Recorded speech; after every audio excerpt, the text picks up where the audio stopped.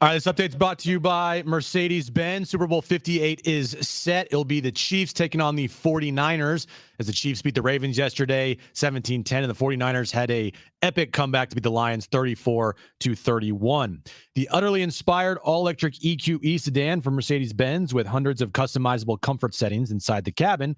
It's the EV that recharges you. The vehicle is all electric. The feeling is all Mercedes. Learn more at mbusa.com/EQE.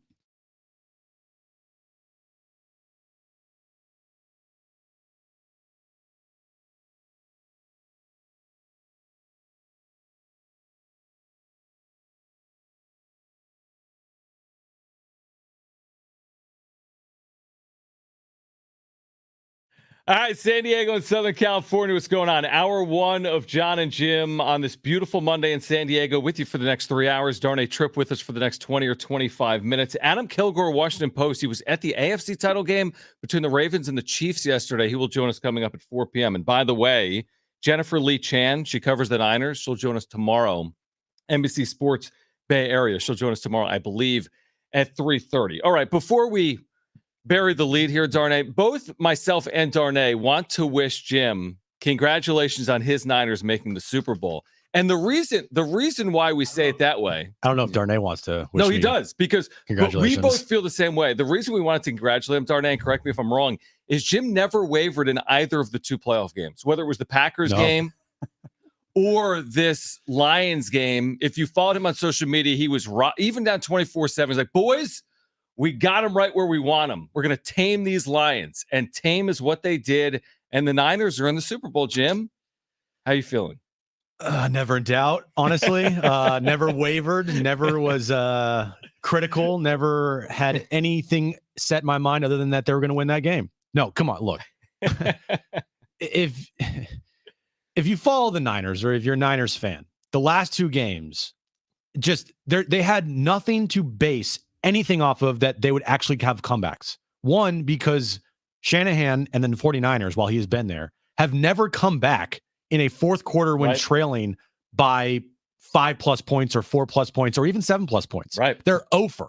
So if you're, you have to think to yourself, okay, it'd be great if they did it now, but I have nothing to base this off of. There's nothing in the history that would say, okay, I can look back on that and they've done it before.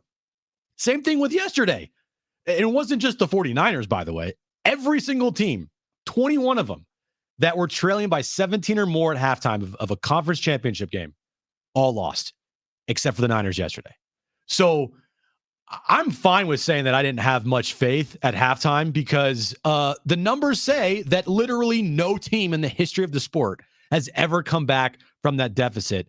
And by the way, that first half, the Lions were murdering them. Darnay, what were you thinking? You're an unbiased observer, I'm assuming, or are you rooting in this instance? What are you doing? Are you rooting for the Lions? Or what are you thinking as you watch this game play out? Mostly an unbiased observer. I think, it's hard not to find yourself pulling for Dan Campbell and the Lions. Hard suffer in town. They obviously haven't been here since to that stage in the season since 91. I mean, it's been so long, and they just have a personality and kind of a demeanor that's easy to get behind. And, it's easy to root for the underdog. I just think, you watch enough football and there's nothing more deceiving than like a 2-touchdown or 17-point lead, especially in the first half. True. Because really, you score once and it's a ball game. And so it's not really a big enough lead for you to feel comfortable, but it's big enough of a lead to the point where if the other team scores, then you kind of tighten up and then you feel the pressure and all that. And I think the Lions definitely felt that, and the momentum swung. It wasn't quite as extreme as when the Texans played the Chiefs a handful of years ago, where the Texans had like a 3 or 4 touchdown lead and the Chiefs wiped it away in like half a quarter or something nuts like that. But you could just see kind of the momentum shifting the way that it did. And sometimes it takes a fluky play like what happened with Brandon Ayuk and what could have been an interception that, if that ends up being an INT, then maybe you feel like the game is over. Ayuk catches the ball, they score, a fumble a play later, and you're like, okay, I think we have an idea of where this one was going. So it was entertaining from kind of the perspective of an impartial observer, but I know Jim well enough to know that he was I was freaking out. Probably thinking of some other way to pass his time for the third and fourth quarter if things hadn't swung the way it did as dramatically as it did. Well, that's why I sent out the tweet. Like, what movie? Well, so me and Brent were texting initially. I haven't even told Jim this.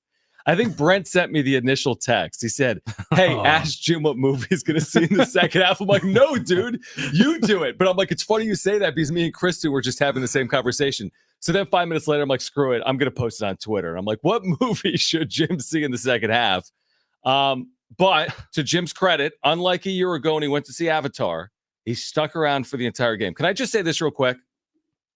I didn't take exception with Dan Campbell's decisions to go for it. What I took exception with, and Jim agrees, is his usage of a timeout trailing by 10. That is so egregious.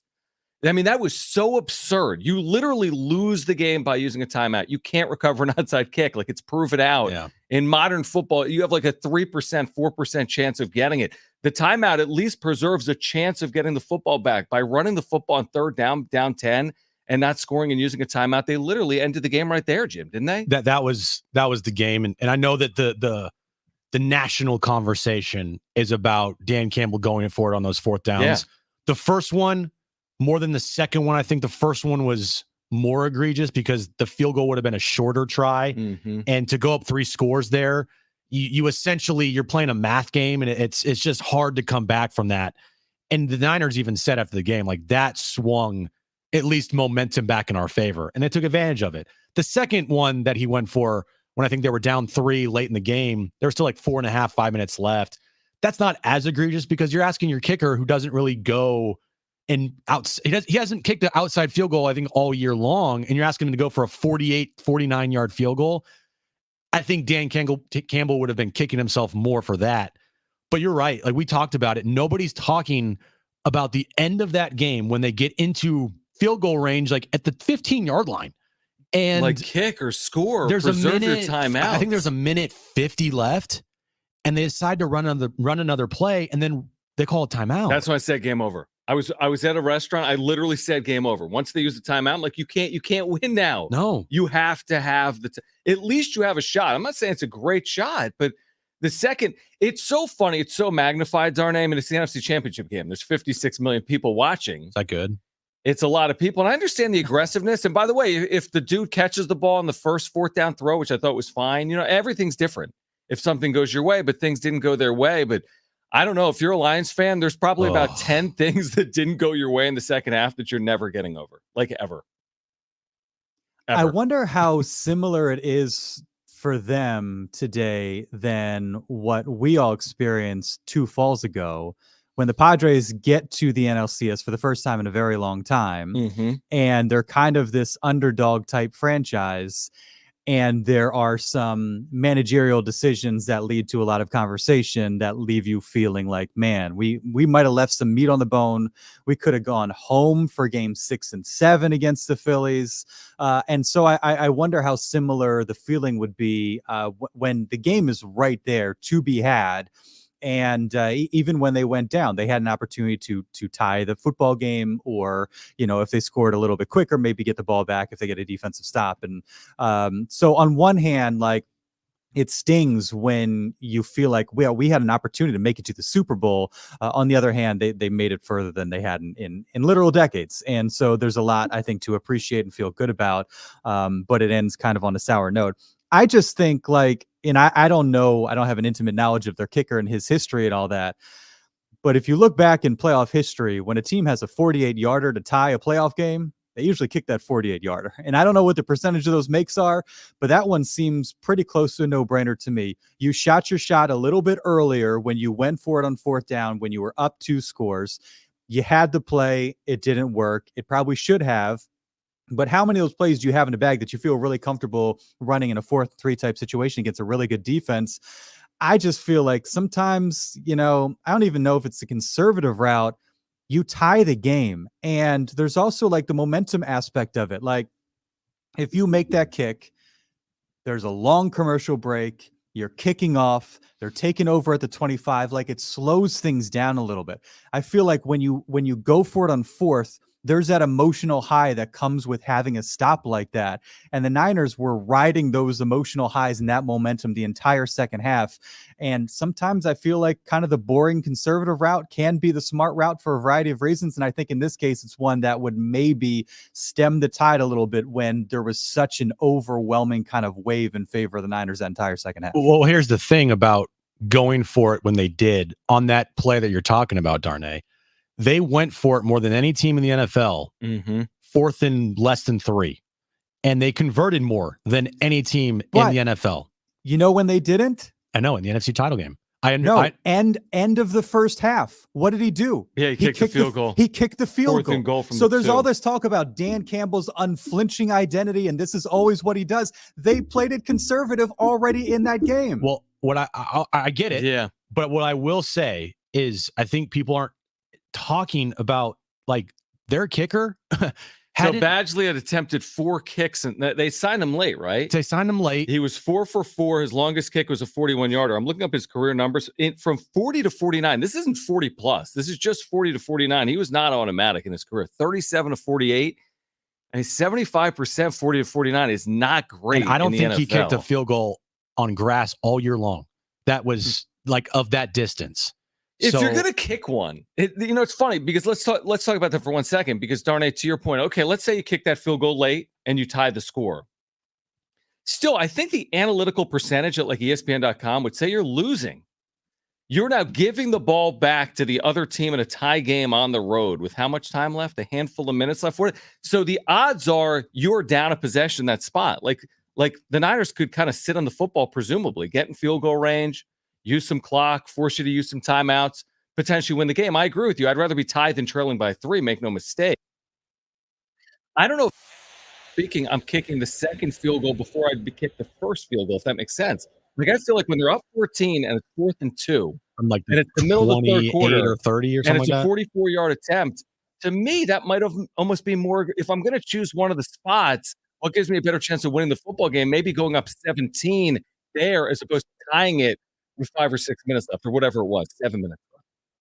And maybe it's arguable. There's value certainly to it being a 3-possession game. So there's no question about that. And to your point, if you convert there, it's like the ceiling's probably higher for your likelihood of winning that game if you convert there than if you kick the field goal. Right. So I understand that. I get that.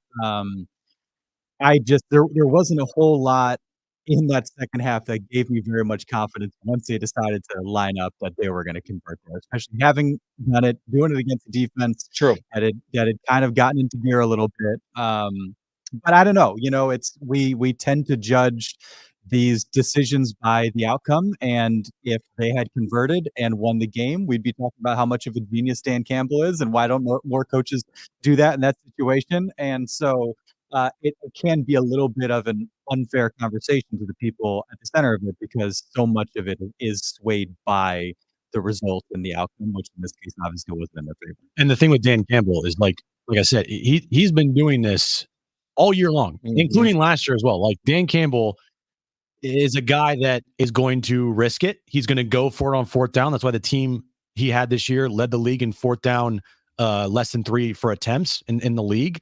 And so for him in this game, I think he's thinking at the end of the day, I lost by doing what I've always done. And the problem with that is you have to go game by game basis. You can't this is the NFC title. Right. You have to adjust. You have to pivot when things aren't, as you've always done it. Like, okay, maybe I shouldn't do that here. And he should have pivoted and he should have done things differently. But I also think Dan Campbell and the Lions are going to feel like we did what we've been doing all year long and we can live with that instead of the other way around. Because what if they kick the field goal and they missed it? I think they'd be more pissed off and he'd be more like, that's not who we are type of mentality at the end of that game rather than what happened in this game. Yes and no. And by the way, and again, we can parse through this because it was like an epic game. And both these games had huge moments. I mean, the Flowers fumble at the half-yard line, obviously for Baltimore, could determine who goes to the Super Bowl in the AFC as well. To Darnay's original point, you make a great point. If you're going for it on 4th down in the 3rd quarter with that lead, then why in the second quarter, when you can literally step on their throat at 21-7 with 10 seconds left in the half? Thank God they didn't. The worst case scenario is you're up 21-7 at the half. But if you can convert on 4th and goal from the 2-yard line and go up 28-7, maybe you've ended the football game right there. They had a chance to potentially win the football game right there. And he said, you know what? It's 2.5 yards. It's not 2 yards. Let's kick the field goal. And that's a little curious considering the decisions he made in the second half. And I mean, it's so tough to say how a certain decision would impact the rest of the game. But, the Niners get it with 7.5 minutes left. Okay. Up a field goal. They could have bled out a ton of the clock and basically ended the game if they wanted to, similar to if they had the ball in a tie game. Mm-hmm. They scored in 4.5 minutes, left them 2.5 minutes, whatever it is, left. And Lions, I just think once the Niners did that, say they take 5-6 minutes to score, it's still a one-possession game. And again, maybe he misses the kick, and this is all moot. But if they tie it, get the ball back to the Niners, they take 6 minutes to score, you're getting the ball back with a minute and a half, probably multiple timeouts, and a chance to tie the game. You at least have a Hail Mary's chance at the end. And so I just think it was once the Niners went up by 10, it just felt like that's it.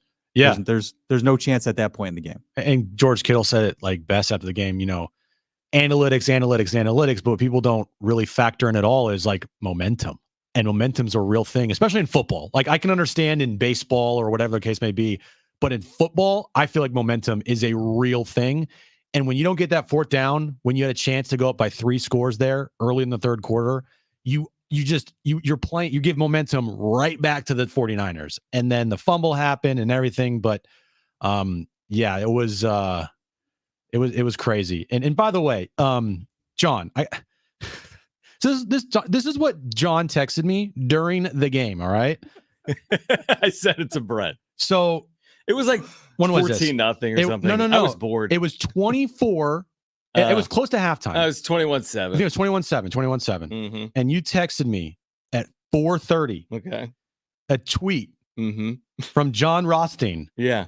Memphis is officially playing with fire. Tigers suffer another quad 3 loss at UAB. I was bored. It was a commercial timeout. I immediately sent him an STFU. Like, just stop talking to me. What are you doing? I know what you're doing. And I see all these tweets and I see you telling me that I'm going to watch a movie. I didn't go watch a movie. I watched the whole game because at least this time the Niners had a quarterback, by the way, we haven't even talked about yet, who led them in the second half to one of the most epic comebacks in NFC title game history. This goes to what we said. This proves our point. We've said this, and I'm going to stick by this. And we'll hear from Ryan Clark coming up as well. Who can he stop talking about Brock Purdy at this point? But we said this. If they win the Super Bowl, they'll win the Super Bowl. Other people will get credit. If they lose the Super Bowl, it's going to fall on him. Like, I think coming out of this game, tell me I'm wrong.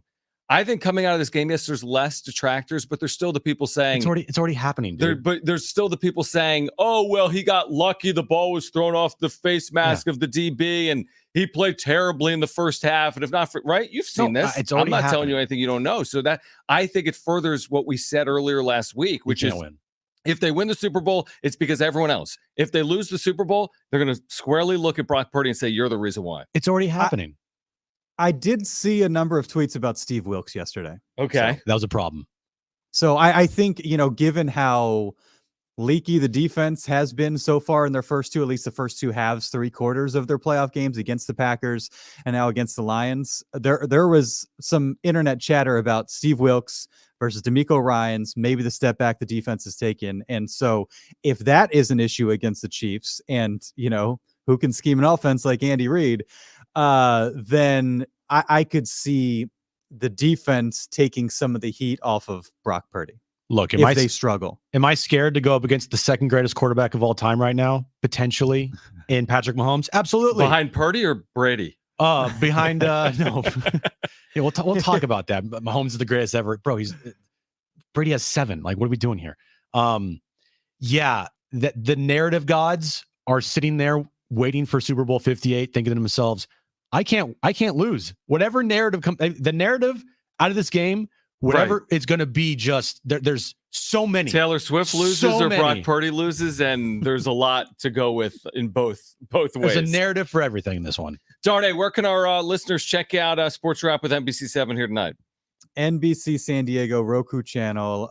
We air the segments typically with you guys and Darren Smith 9 o'clock every Monday, again on the NBC San Diego Roku channel. Did you catch up with Darren today from Colombia or no? I didn't know. I follow him on Instagram, so I've seen some pictures. It looks like a lovely trip. Yeah, check out the view he has. It's very nice. Very nice. Yeah. Darn, good stuff. Enjoyed it. We'll do it again next week. Thanks, guys. All right, on the other side, much more on this. Plus, Ryan Clark, who was so critical of Brock Purdy a week ago, now walking back some of those comments. You'll hear from him on the other side. Adam Kilgore from the Washington Post. He was at the AFC Championship game. He'll join us coming up at 4 p.m. We've got a great giveaway for you today as well. We'll tell you about coming up on the other side. Stay with us on Jon and Jim.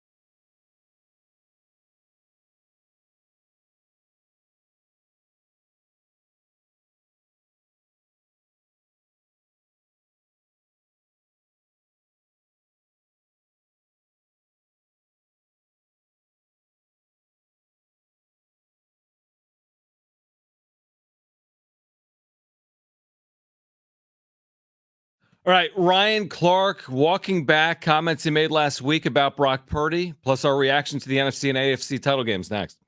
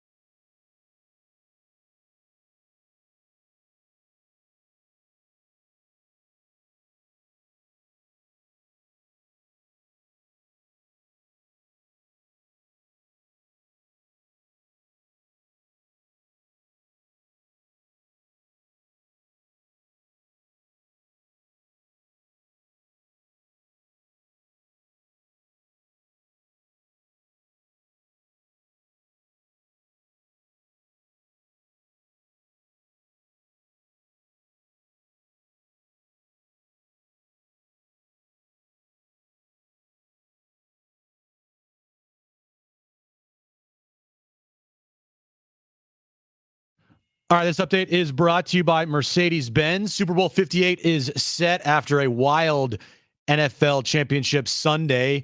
The Chiefs beat the Ravens in Baltimore 17-10, and the 49ers came back from 17 down at halftime to beat the Lions 34-31 February 11th. Super Bowl 58, Chiefs and 49ers. The utterly inspired all-electric EQE sedan from Mercedes-Benz with hundreds of customizable comfort settings inside the cabin. It's the EV that recharges you. The vehicle is all electric. The feeling is all Mercedes. Learn more at mbusa.com/EQE.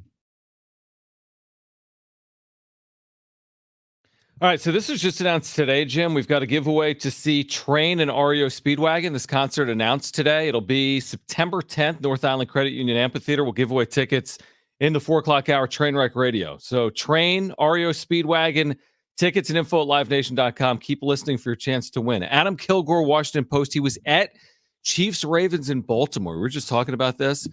This was basically the first time all year Baltimore trailed for a majority of the game, also with 2 minutes to play in the fourth quarter of any game all year. It wasn't basically, it was. Like, they've trailed in games before this year, but at the 2-minute warning of every single game this year, including the postseason. Until yesterday, they haven't trailed all year long at the 2-minute warning. And it was one of those, I mean, this happens. It's magnified. It's like we've seen this even in the postseason the last 2 weeks. We've seen players fumble at the half-yard line. That changes the complexion of like a season. We don't know what happens. If Flowers is a half yard further down the field and scores, maybe Baltimore's in the Super Bowl, but he wasn't. And they made a play at the half-yard line. And Kansas City, for the 4th time in 5 years, remarkably, is back in a Super Bowl against San Francisco for the second time. Taylor Swift is inevitable. Well, she's had it tough because, you know, they lost to the Raiders in like week 11. Hey, credit to her, man. First year in the league and she's in the Super Bowl. I know. Congratulations. Hey, at least lucky us. She's going to be like on some European tour, so she won't make the Super Bowl. She's going to be there. She's going to be at the Tokyo Dome the day before and then fly. Yeah, sorry, Brent. Yeah. Maybe it'll be bad weather and she won't make it. Taylor will be there.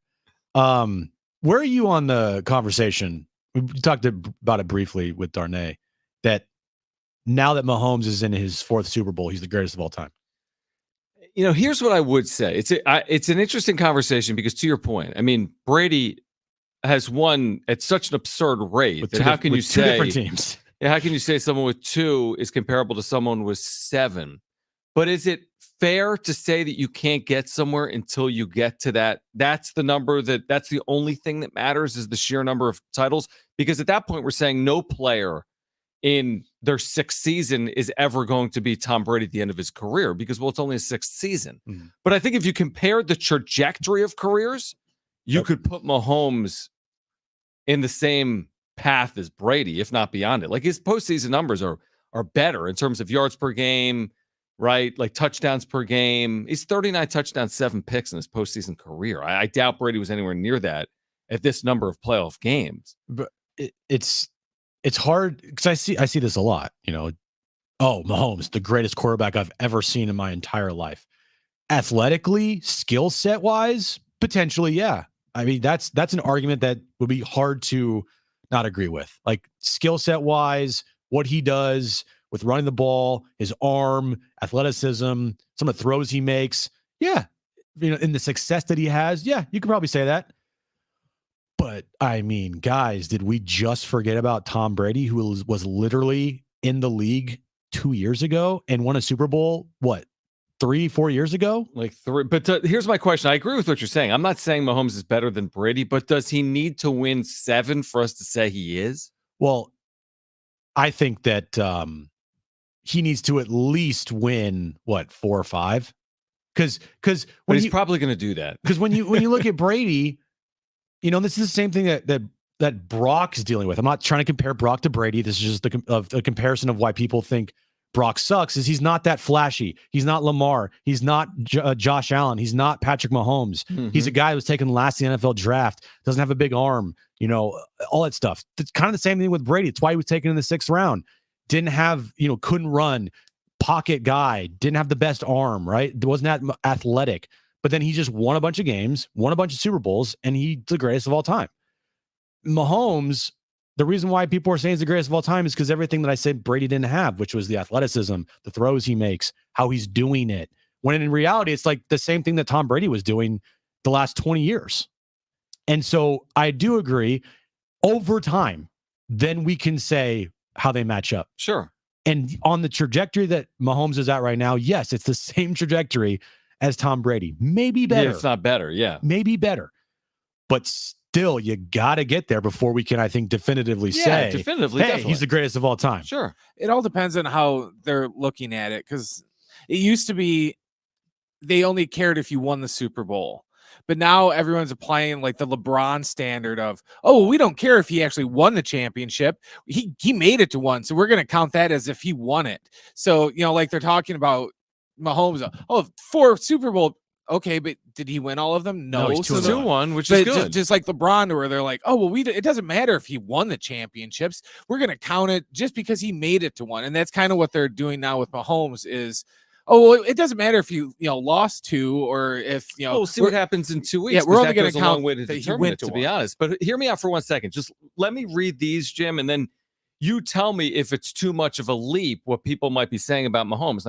He's 14-3, okay, and just 39 touchdowns, 7 picks. Yeah, it's incredible. Okay, Brady 35-13, very comparable as you multiply it out. Yeah. Actually, a worse winning percentage. 88 touchdowns, 40 picks. He was 2-1. Mahomes is 6-1. Okay. So again, to your point, yeah, he can't go 2-4 in 6 Super Bowls and beat Tom Brady. But if he goes 4-2 in 6 Super Bowls and blows everything else out of the water from Brady from a sheer number perspective, I understand it. It's not going to be 7. 7's tough to get to. I mean, even Patrick Mahomes, even if he wins here, he's not even halfway.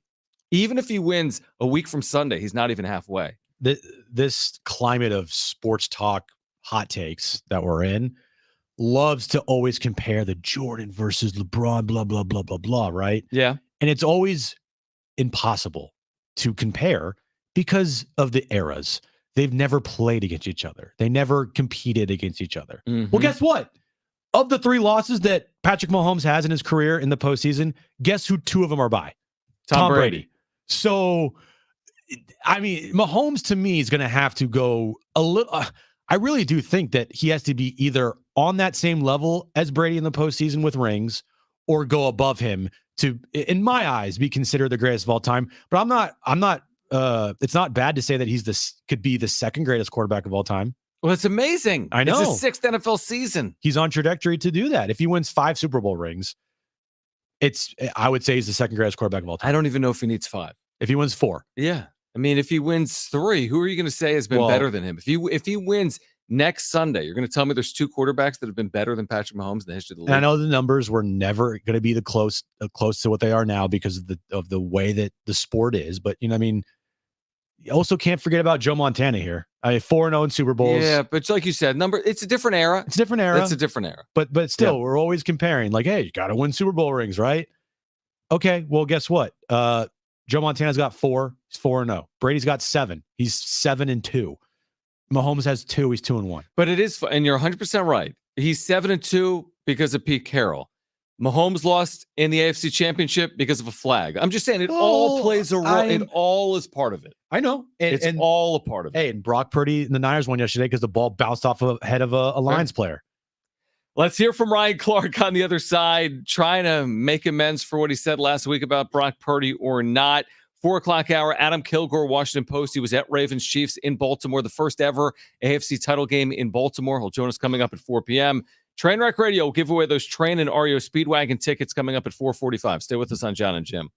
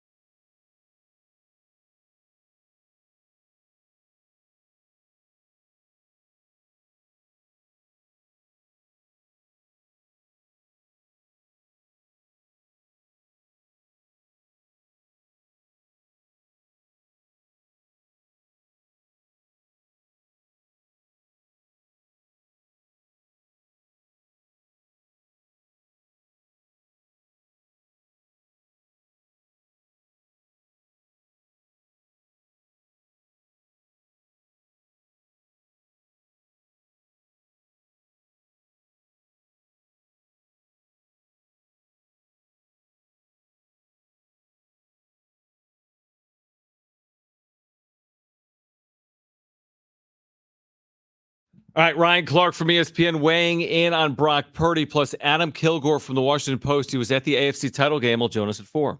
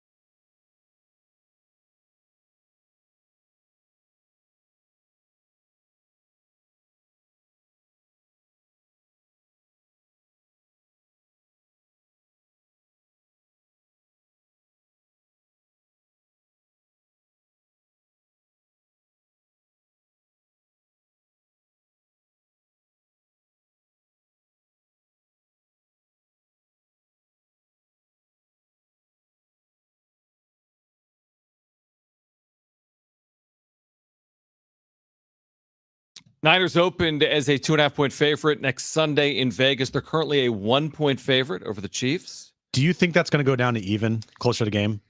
I think it doesn't really matter because it's essentially even. You just have a push on a 1-point win. Yeah. So you're basically, I could see it. You're basically there. If I had lots of money, which I don't, and I wasn't a 49ers fan, I was just a random, right?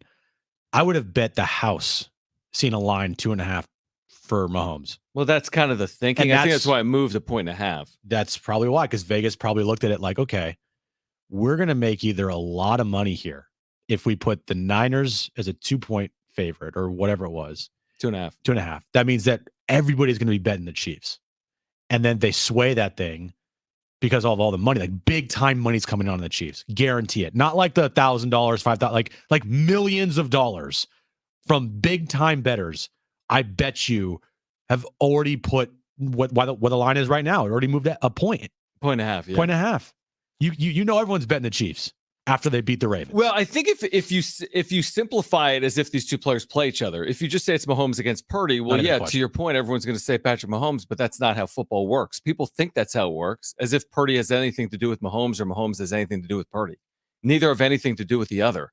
But in that simplistic sense, yeah, I think you're going to get a lot of money on the Chiefs. And the Chiefs also win a lot in the postseason under Andy Reid. They just win. I mean, even this year, this was not their best year. This is far from it. Yet all of a sudden, they've won multiple games on the road, and they're in the Super Bowl. This is the ultimate no one believed in us game. It's funny because you got the Niners. No one's going to believe in them because Brock Purdy, and they're facing Mahomes, even though they're the favorite. Mm-hmm. And no one's going to believe in Mahomes because they're the underdogs. Is that Mahomes never loses. Right. So it's like whatever team wins, no one believed in us. 100%. Who's the quote home team? The Chiefs.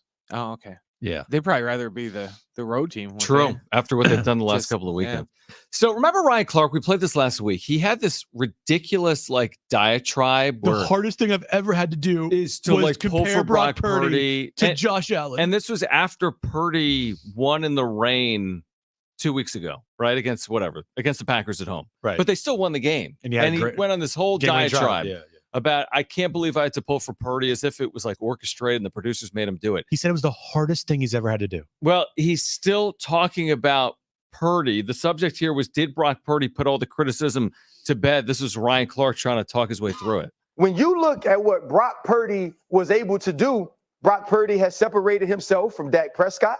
Brock Purdy has separated himself from Tua Tagovailoa. Brock Purdy has separated himself from guys like Kirk Cousins, from guys like Justin Herbert.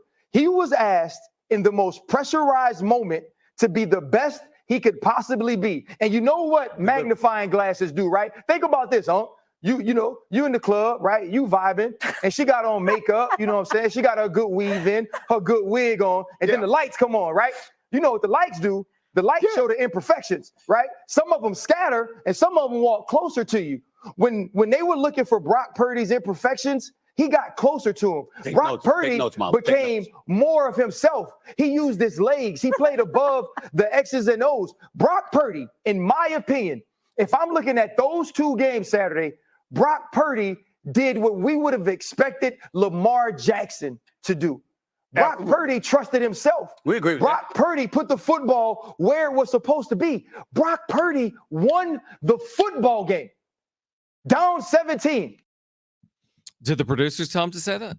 Probably. Or is he just going through it right now? No, I think he put himself into a situation where, by saying what he said last week, it was the hardest thing I had to do was compare Brock Purdy to Josh Allen and Lamar Jackson. He put himself in a situation that Brock Purdy played well or had this great comeback that they did, that he's going to have to pivot. The one thing I do agree with him in that entire thing there was that I do like the second tier quarterbacks, the Daks, the Tuas, the Kirk Cousins, he said Justin Herbert. Justin Herbert hasn't won anything yet, right? Like Purdy has put himself above that level now because he's going to a Super Bowl, and he was a driving force in accomplishing that. Yeah, I would agree with that. I mean, I guess the book is always to be written, right? Like Dak could still get to a Super Bowl, or Tua could still get to a Super Bowl, or Justin Herbert could still get to a Super Bowl. As of right now, like things change. We're talking He's done something that those guys haven't done. Yeah, we're talking about Brady and Mahomes. And while I still think like it's kind of ridiculous to all of a sudden now say that Mahomes is better than Brady, like things can still happen. Like these careers aren't set in stone yet. Brady's is set in stone. Like that's over with because he's not playing anymore. Mahomes, he's still playing. So he has a chance to become better than Brady, or at least have, more accomplishments than Brady. But as of right now, come on, stop. But the problem with something like this, honestly, is what Ryan Clark's doing there, and that's fine. He's crediting him, even though a week ago he was ripping him. He hates now all he wants to happen. Now he's like, if the Chiefs win, I don't even care what happens. If the Chiefs win 60-59 and Purdy throws 7 touchdowns, I'll kill him. Yeah, no. On the Monday after the Super Bowl, because they lost to Kansas City as a 1-point favorite. So it's like, and I don't know what he's going to say if Purdy wins the Super Bowl. He's not going to give him the credit he deserves. I know that. No, he's going to give other people There's credit. A lot of people in the media that don't want Brock Purdy to win because then they're going to look like fools. Exactly. Like absolute fools. And the goalpost will continue to move. Even if they win, they'll move. I'm telling you right now, it's going to be because of everyone else. Christian McCaffrey had 3 touchdowns in that game. Oh, Bosa had 2 sacks. They wouldn't have won without that. Debo had 150 yards receiving and 3 touchdowns. It wasn't because of Purdy. Because he threw to himself. Lamar actually did throw to himself. So exactly. that was good on him. But yeah, it's the whole thing. No matter what happens, he'll never get credit. He has to win like he's gonna have to win like 4. Yeah, exactly. Like Montana. All right, Adam Kilgore, Washington Post. Let's talk about this AFC title game won by KC on the road in Baltimore. Adam Kilgore was there. Coming up also in the 4 o'clock hour, your chance to win a pair of tickets to see Train and REO Speedwagon September 10th at the North Island Credit Union Amphitheater. Hour 2, Jon and Jim. Next.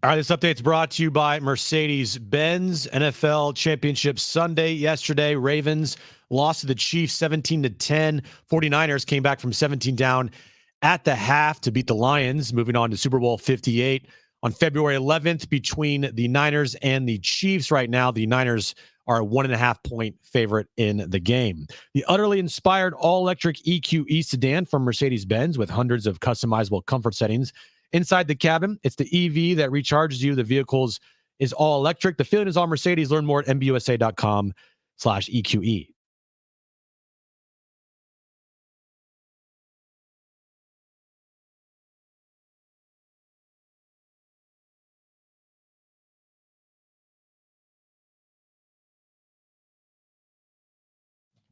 All right, San Diego and Southern California, what's going on? Hour 2 of Jon and Jim. This hour, your chance to win a pair of tickets to see Train, REO Speedwagon, September 10th, North Island Credit Union Amphitheater. That show was announced earlier today.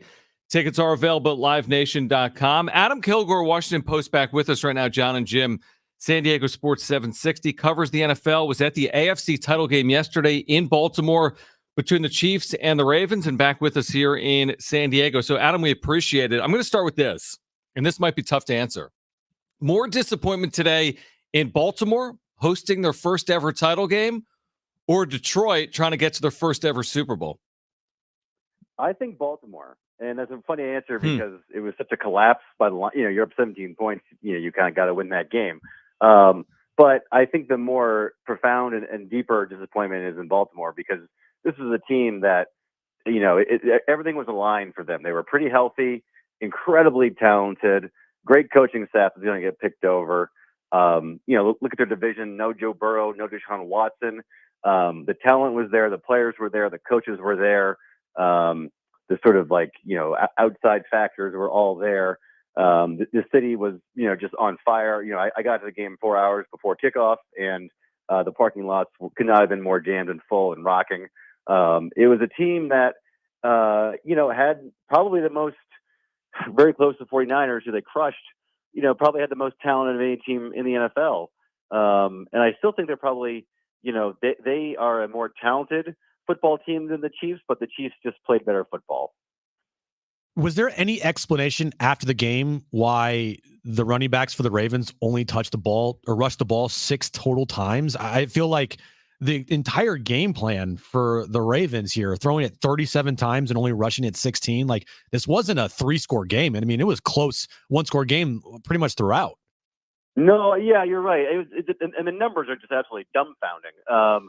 Watching the game, I think there's a few things at play. Number one, the Chiefs, and I think this probably showed up more in person than it would have on television.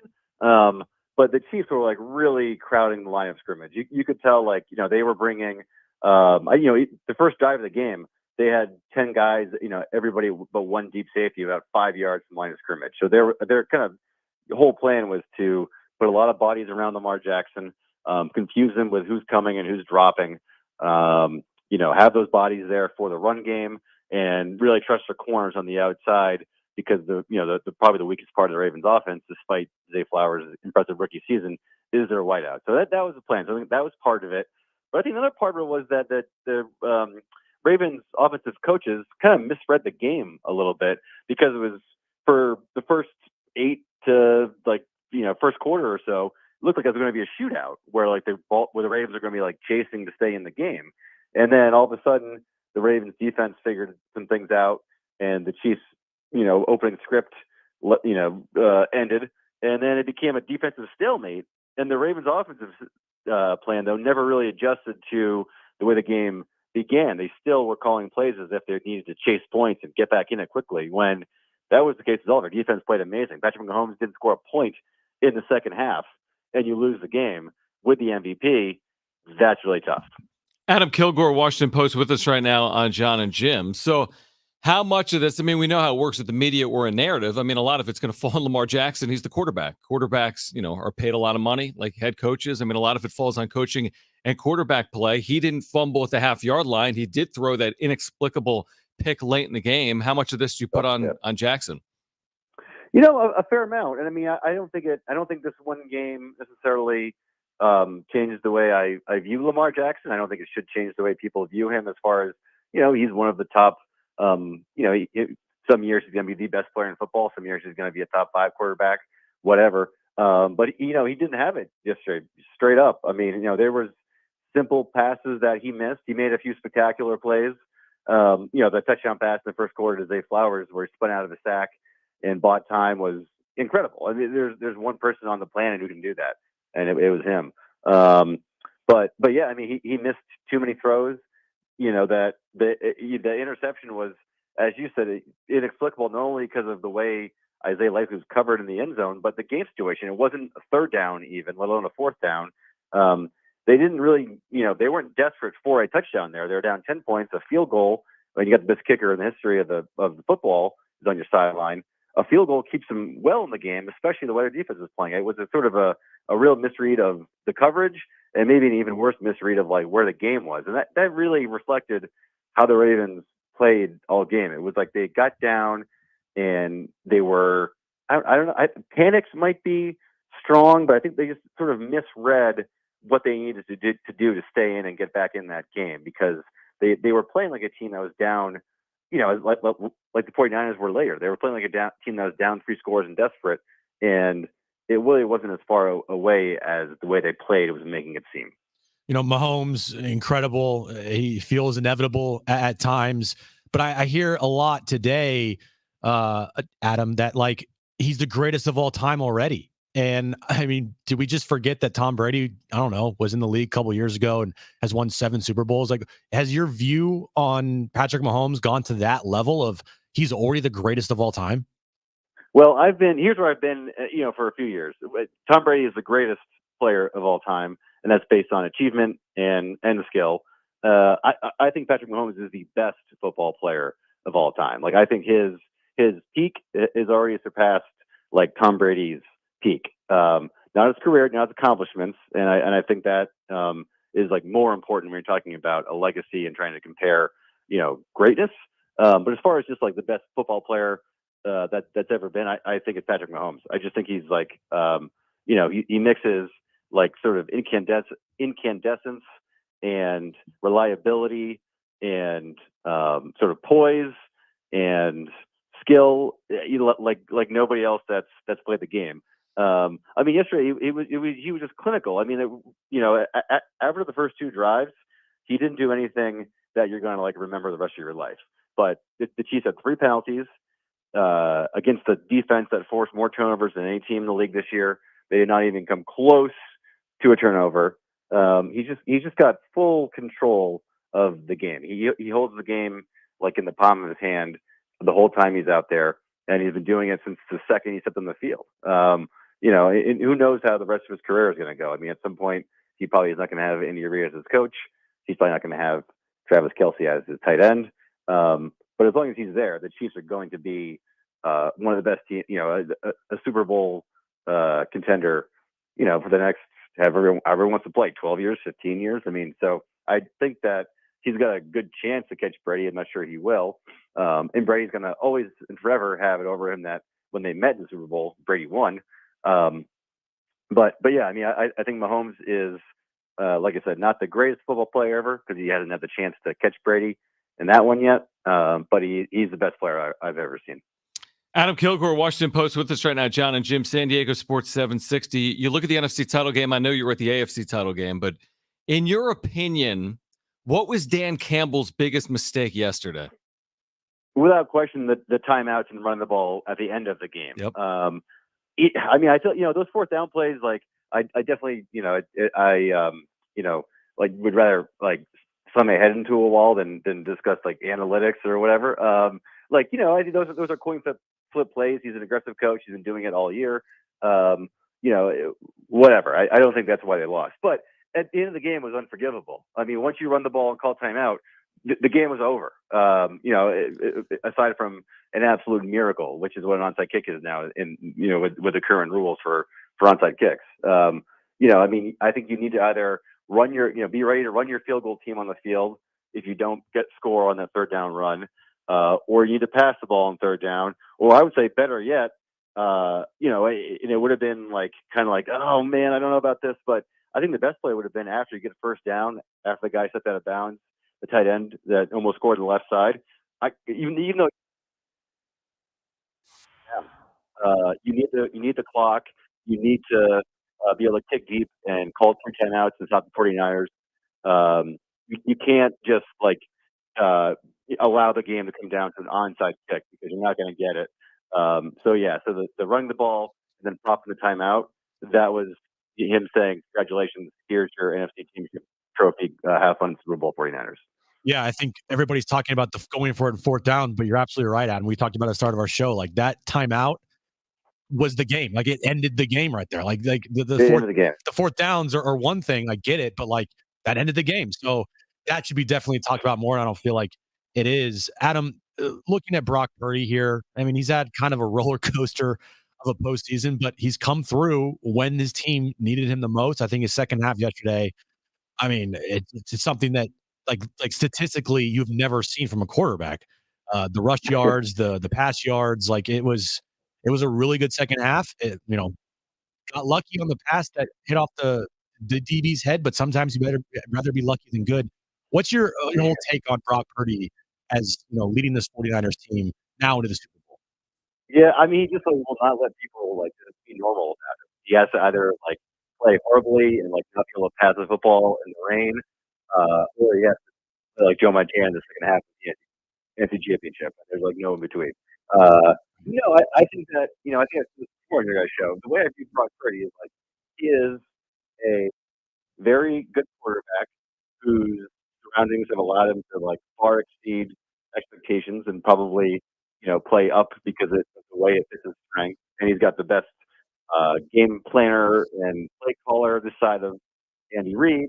He's got the best weapons on offense in the NFL, and so that sort of amplifies all of his strengths. But the latter doesn't negate or diminish the former. He's good. He's really good. I don't think he's the best. I never thought he was a legitimate MVP candidate. But it doesn't mean he's not one of the, or hasn't played I should say, a top 10 quarterback this year. I don't know that his sort of foundational skill set is going to allow him to be a top 10 quarterback forever. It might, but I just think that it's okay to have a normal opinion about Brock Purdy. He's really good.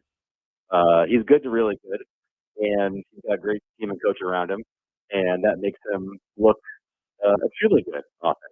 And he's also seems to be very clutch. I mean, in this game of his career, he played pretty crappy for a while, and then when the team needed it, he played just remarkably outstanding football. So, I think you put that as a package and kind of get what you get. But I don't think anybody who wants to tell you he's the best quarterback in the league, that's crazy.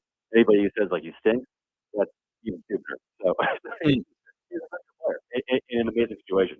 It's funny how I have to ask you who's going to win, but oftentimes people say, "Well, it's Purdy against Mahomes. How could the Niners win?" They don't face each other. I mean, the fact that Purdy starts for one team and Mahomes starts for another, again, they're not even on the football field at the same time. So, how do you see this thing playing out in 2 weeks? Well, I mean, I don't want to make it even simpler point than yours not to make, but I really thought the Ravens were going to win, maybe even big yesterday, and I'm done going against having Mahomes and the Chiefs. Period. So I think the Chiefs will find a way to win the game. I do think one really key part about the AFC Championship was the way Steve Spagnuolo just threw the kitchen sink at Lamar Jackson. And I think he's going to find a way to do it. Brock Purdy and the Niners offense as well. It'll be harder because there's more varied and more talented skill players in San Francisco. For example, he's not going to be just press the receivers to take them out because Samuel and Ayuk are too good. But I do just trust Steve Spagnuolo to find a way to present some problems to the 49ers offense. And I definitely trust Patrick Mahomes to make enough plays and manage the game well enough to find a way to add more points at the end. I'm sure I'll find some harder points to make as next 2 weeks unfold. But man, I mean, you watch what they did against Baltimore. They're just methodical, systematic. And when they have to be spectacular, they certainly can be. We're excited for it. We're excited for it. 2 weeks from yesterday, Super Bowl in Vegas, Niners and Chiefs again. A lot of narratives coming out of the winter. I promise you that. Coming up in less than 2 weeks. Adam Kilgore, Washington Post. Adam, we appreciate your time. Hopefully we can connect after the Super Bowl as well. Good thing, guys. Thank you. All right. It is. Let's be fair. You're a Niners fan, and you've seen Patrick Mahomes' brilliance on display. It is hard to bet against Patrick Mahomes. With all that being said, the Niners have had an unbelievable year. I think a better team season than the Chiefs had, but it's Patrick Mahomes in a Super Bowl. He's one of the great players in the history of the sport. I get having a hard time betting against him in a spot like this. I've seen him in the Super Bowl versus the 49ers. Left for dead. Didn't play well for 2 or 3 quarters in that game. They were down by 10 points with 6:30 left in the game. And they won third and going away. They won. They were down 20-10. It was 3rd and 16. And he throws up this, like, not Hail Mary, but right. Kind of like just like a go deep. And Tyreek Hill just out of nowhere. Like, what? Boom. Changes everything. Chiefs score. Niners go quick 3 and out. Chiefs score again. Now you're down 24-10 or 24-20. So, like, I've seen it firsthand. Like, I this whole, like, Mahomes magic, like, really started against the 49ers in that Super Bowl. How about yesterday? It's like, hey, the Ravens need to stop. Let's just throw the ball like 37 yards downfield over the middle, and Scantling will fall down, and maybe he'll just catch it. I mean, they just make plays. He actually caught it. He caught a ball. And, the thing about the Niners this year, and it's going to be a long 2 weeks. It's going to be it's only 13 days now. A long 2 weeks till this game. But it's pretty, I mean, Mahomes is great, right? But if that defense for the Chiefs stops them, I mean, that's the game right there. The Chiefs defense has been so good all year long. They haven't allowed one team to score 30 plus points on them all year long. Is that right? Not one team. So that's where I go back to my point, though. It's like people are like, oh, it's Purdy against Mahomes, where in actuality, it's can the Niners figure out the Chiefs defense? And the only time, I'm not counting the final game of the season versus the Rams because it was backups. Doesn't count. But the games the Niners have lost this year, they've scored 17, 14, 17, and 19. Every game they win, they put up some points. So if there's a situation where at the end of that game there's like 3 minutes left and they're only like 14 points, they're probably going to lose that game. You know what has surprised me, Jim, and correct me if I'm wrong, as a lifelong Niners fan and as someone that's watched these 2 postseason games, their defense, and correct me if I'm wrong, has not been up the standard, right? In both of these games. Now they've had moments. They when they needed stops and they needed plays yesterday, they made them in the second half. But I was surprised the way Green Bay moved the football a couple of weeks ago in the rain, and the way Detroit moved the football for most of the game, not all of the game yesterday. Yeah, it's a problem. It's a big problem, and there's like a lot of things that go into that. There's some injuries, but there's also, I mean, Chase Young that they traded for this year. He sucks. He made a play or 2 yesterday in the second half, didn't he? He's bad. He is a bad player. He's a bad former, like was he the first overall pick or second? Yeah. I don't think he's going to get a big contract, especially with the tape he's putting out there. I mean, it's bad. And they're getting kind of worked on the lines. It's just, if they want to win this game against the Chiefs, they're going to have to fix a lot of problems they've had the last 2 weeks. A lot. But they've overcome it. Like, to their credit, it's like they could have been done in the divisional round very easily. Trust me, I know. They were, they're down 17 in the second half yesterday. I mean, they found ways. I was, but I'm saying, what's one more game? I mean, it doesn't have to be perfect. They just gotta do it one more time. Did I tell you what happened during the game at my house? You may have. So obviously, going down 24-7 wasn't the happiest of people. Oh, you weren't? I just became very quiet. I just wasn't talking. Erin, she made herself a cocktail and she's like, I love you. I'm just gonna go outside and watch the sunset. So she went outside. So was she mad at you? No. She understands. She wasn't mad at all. Okay. She was just like, we both like this game. I mean, they're getting their ass. I mean, the Lions were not getting stopped. They're converting on 3rd and 18s, 3rd and 15s, 3rd and 12s, running the ball. You're like, come on, guys, this ain't gonna happen. She goes outside and she's drinking her espresso martini. Okay. And then the Niners start coming back. And so she just stayed out there like the entire second half. Didn't come back inside. She's like, I'm not coming back inside. They're doing better with me outside. So bless her heart. She just watched the whole game or most of the game through our giant window in the front of our house. Staring through the window Staring at through the the television window. from outside. From outside. Did you let her in after they won? Yeah. You didn't like lock the doors, did you? No, I didn't. She actually came back inside. She sat down and she's like, if they start doing bad again, I'm just gonna go outside. Did she go back outside? She went outside. That's amazing. Yeah. So I the reason why the Niners won yesterday is because Aaron sat outside and watched the game from our window. I'll be honest with you. When it was 24/7, I didn't see it happening either. But it wasn't like a Philadelphia scenario where they didn't have a quarterback. Like a year ago, there was no scenario where this year it's like there's a scenario. It's just going to take a lot. Yeah. Like everyone rags on me for going to the movies last year. But there was no shot. But when you lose your quarterback, like it's over. There's no point in watching someone, keep getting their ass kicked. And there's no chance when both their arms and legs are chopped off. Right. Like this was just like they got uppercutted, they got knocked down, and they lost a couple teeth. But they still could stand, and they had both arms and both legs. And they actually somehow won that freaking game, man. All right, on the other side, let's get to the wrap. We'll do that coming up next. Also, this hour, your chance to win tickets to a concert that was announced today. Train and REO Speedwagon, September 10th at the North Island Credit Union Amphitheater. We'll do that during Trainwreck Radio. The wrap is on the other side. It's Jon and Jim.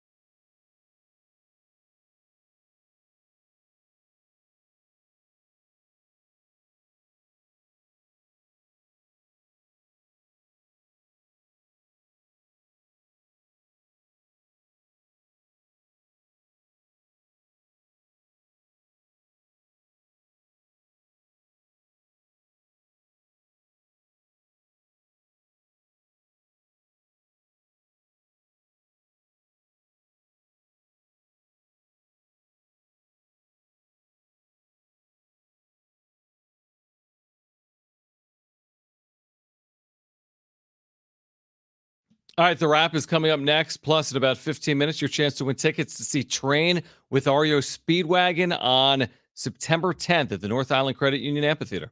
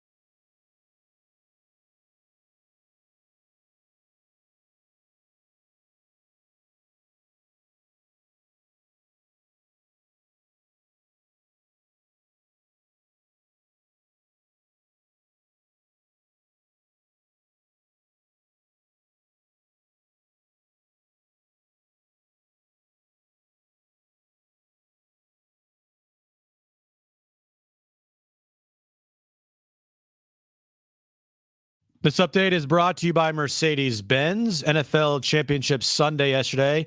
Chiefs went into Baltimore, beat the Ravens 17-10 to advance to Super Bowl 58, where they will take on the 49ers after the Niners had a 17-point comeback to beat the Lions yesterday 34-31. So Super Bowl 58, February 11th in Las Vegas. It'll be the Niners taking on the Chiefs. The utterly inspired all-electric EQE sedan from Mercedes-Benz with hundreds of customizable comfort settings. Inside the cabin, it's the EV that recharges you. The vehicle is all electric. The feeling is all Mercedes. Learn more at mbusa.com/EQE. By the way, Aztecs basketball tomorrow night. Not in Jim's update. It'll make it there tomorrow. 6 p.m. start time, 5:30 pregame coverage. San Diego State, Colorado State from Fort Collins. At Colorado State? At Colorado State. We'll talk more about it coming up this afternoon at 5:30. Now, again, later this hour, your chance to win tickets to a concert announced earlier today, Jim.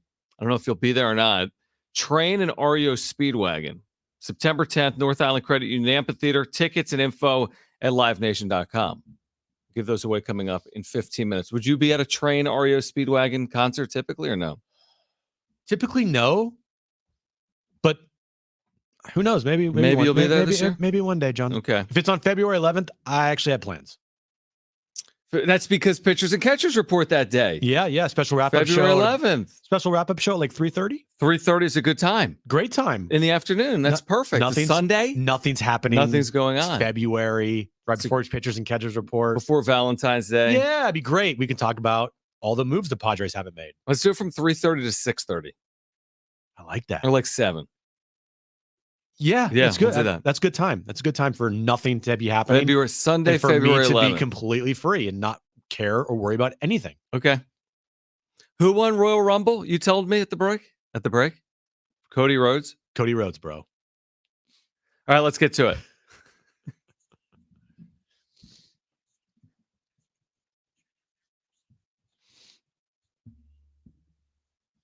Are you taking Mahomes in his prime or Brady in his prime? It's a great question. I feel like Brady in his prime, like he never got beat. I know Mahomes never gets beat, but he has been beat 3 times. Anytime that Brady made a championship game early in his career, I feel like they went to a Super Bowl. And he didn't, he was 5-0 up until he faced the Giants, if I'm correct. In the Super Bowl, you're saying?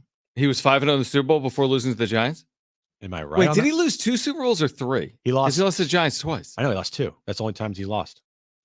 Man. Because the 6th one was the 28-3 comeback. And then number 7 was when he was in Tampa versus the Chiefs. So what are you saying? You're taking Brady? I think I might take Brady. Brady was, I mean, how are we forgetting about Tom Brady? Nobody's forgetting about Tom Brady. They're just saying Patrick Mahomes is that ridiculous that he is in that stratosphere and under consideration for being that type of player.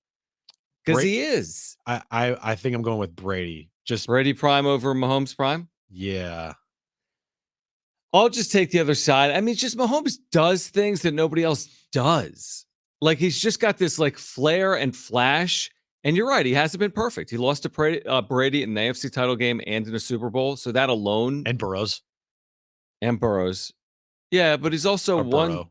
or whatever his name is. Joe Yeah. Burrow. But he's also won 2 Super Bowls, and we'll see what happens in 13 days. He lost 3 3 what?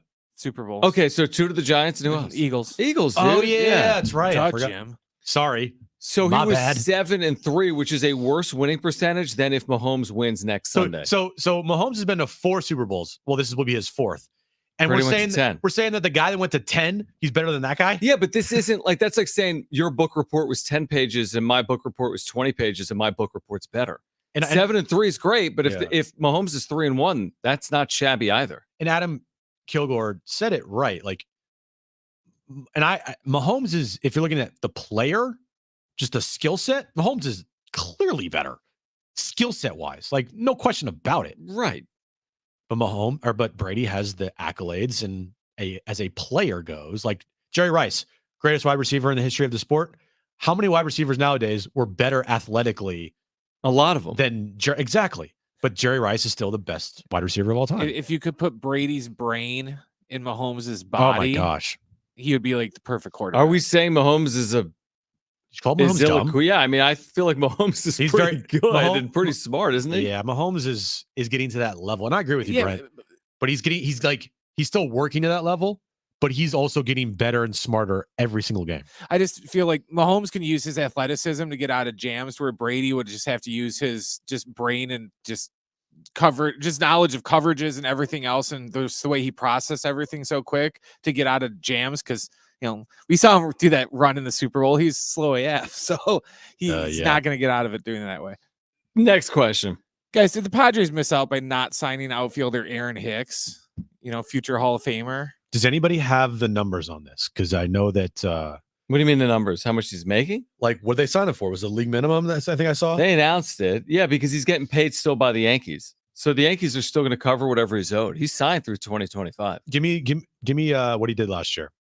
Nothing. Okay, cool. Yeah, Great. he was cut, Perfect Padre. right? He was cut last year. Let's see. Aaron Hicks last year, 8 homers. he was bad. He was in Baltimore and with the Yankees. He had a .4 WAR, 735 OPS. He was all right. So He's also 34. they can do better. That's what you're saying? Maybe that's the question. Like, are you preferring to start a 22-year-old in Jacob Marcy or a 34-year-old on the downside of his career? Yeah. Until they make another move, I will go on the side of I hope that they're thinking to themselves, we can do better than this, and we're going to do better than this. You hope that if you're a Padres fan, because right now it's 2 outfielders, guys. That's it. I mean, listen to this. In 2021, Jim, he had a 627 OPS. In 2022, he had a 642. Last year, he played 93 games. I mean, there's a case to be made that this guy's done. Now, it's not a guarantee, Probably, yeah. but he's 34. You're really going to start this guy 125 times coming off 3 consecutive down years in his mid-30s? Probably not. Would you take Aaron Hicks or Jerkson Profar? Probably Profar. Profar just because of the relationship he's had.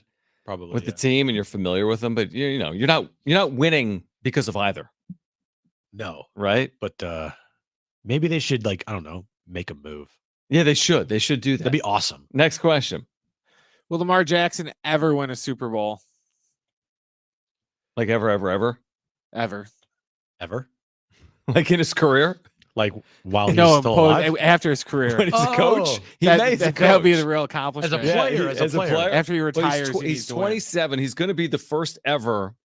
No, excuse me. If he never makes a Super Bowl, he'd be the first ever multiple-time MVP not to appear in a Super Bowl. And it's hard right now because besides that second half of the Texans game, every single playoff game that he's played in has been bad.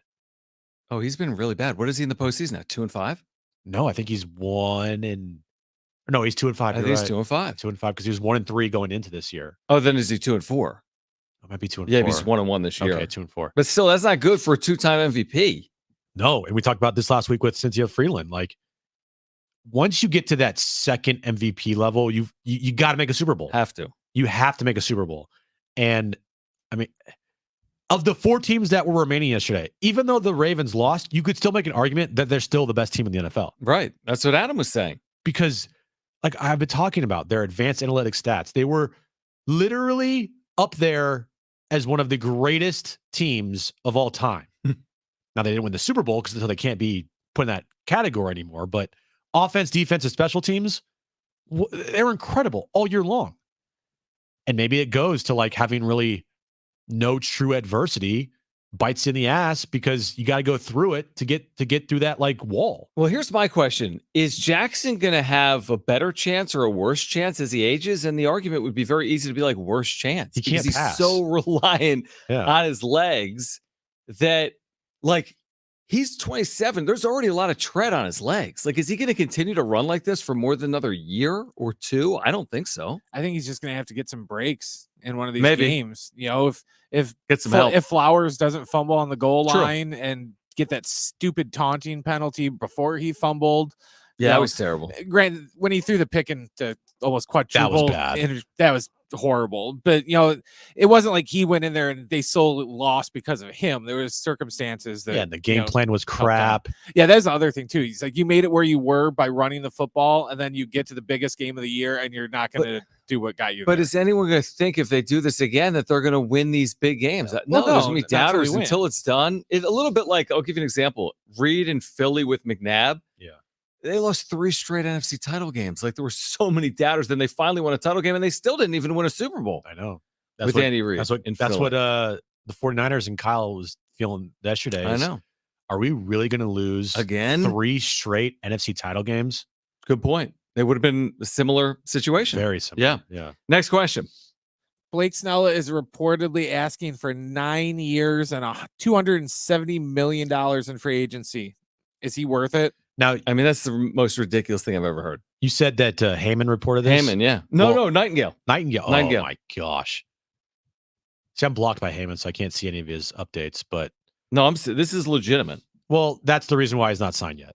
if that's the asking number that he's thrown at teams, and that's what Scott Boras is campaigning for, that's why he's not signed yet. No team in their right mind is going to ever give Blake Snell, at this point in his career, that much money, even though coming off of a Cy Young. I'm sorry, that's just not, he's not worth that much. Or that many years, 9 dude. You're not years? getting, he should not get more than 6, and 6 is a reach.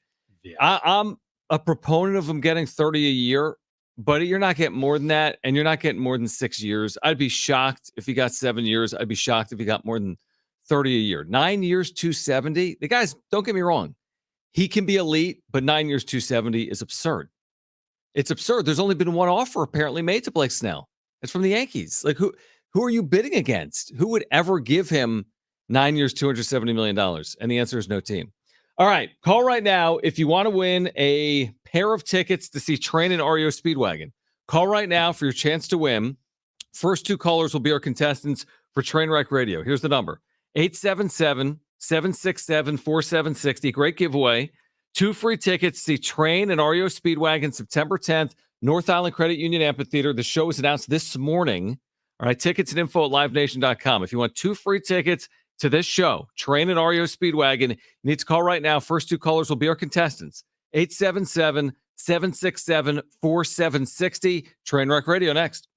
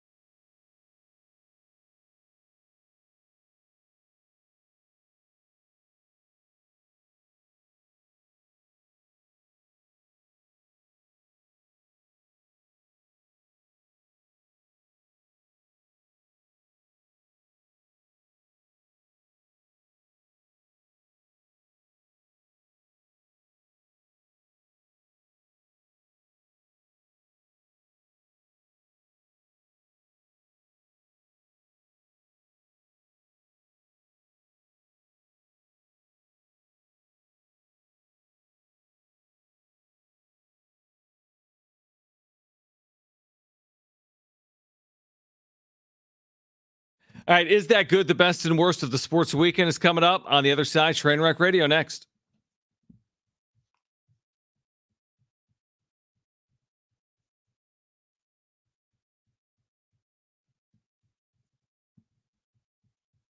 What if like Aaron's best friend was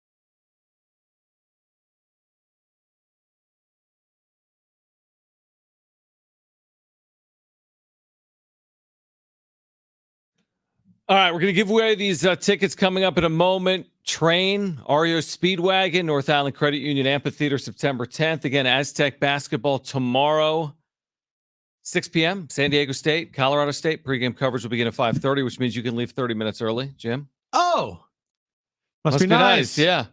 It Go is watch ni- some Niners videos on YouTube. It is nice. I've consumed a lot over the. Oh, have you? I- That surprises me. Yeah. Like, after a big game, like after the Aztecs beat FAU and went to the national championship game, you like couldn't sleep that night, right? Like you're in the moment, you're there. That's a great question. Now that night for me too, the whole day. I mean, the game ended at like what? It was early. Was you talking about San Diego State? San Diego Or State. Niners? It was the first of the two Final Four games. Yeah, so it ended pretty early-ish. What time would the Final Four start? That's a great question. The game probably started 3 or 4 in the afternoon Pacific, right? And I remember that night I went out with friends for a going away party, and all I was doing was just like glued to my phone because It was I amazing. couldn't Yeah, get same enough of the thing. Aztecs. Yeah, I see what you're I saying. couldn't get enough of that game. I couldn't get enough of the reactions and the videos, and I'm like, I can't fall asleep. I literally can't fall asleep. That's how I was last night.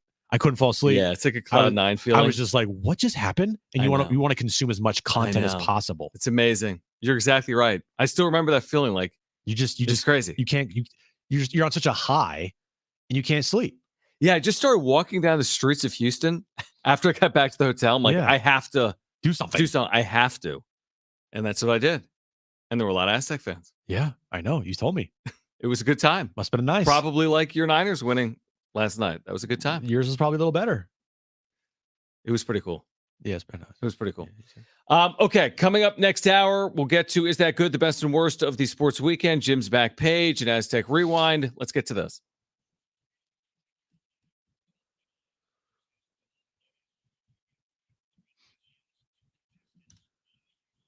All right, 3 questions, 2 contestants, 1 lifeline. Today's 2 contestants, we have Joseph and David. Joseph, you called in first, so you have your choice of John or Jim. Who do you want to go with? I'll go with Jim. All right, Joseph. Thanks, buddy. David, you get John, okay?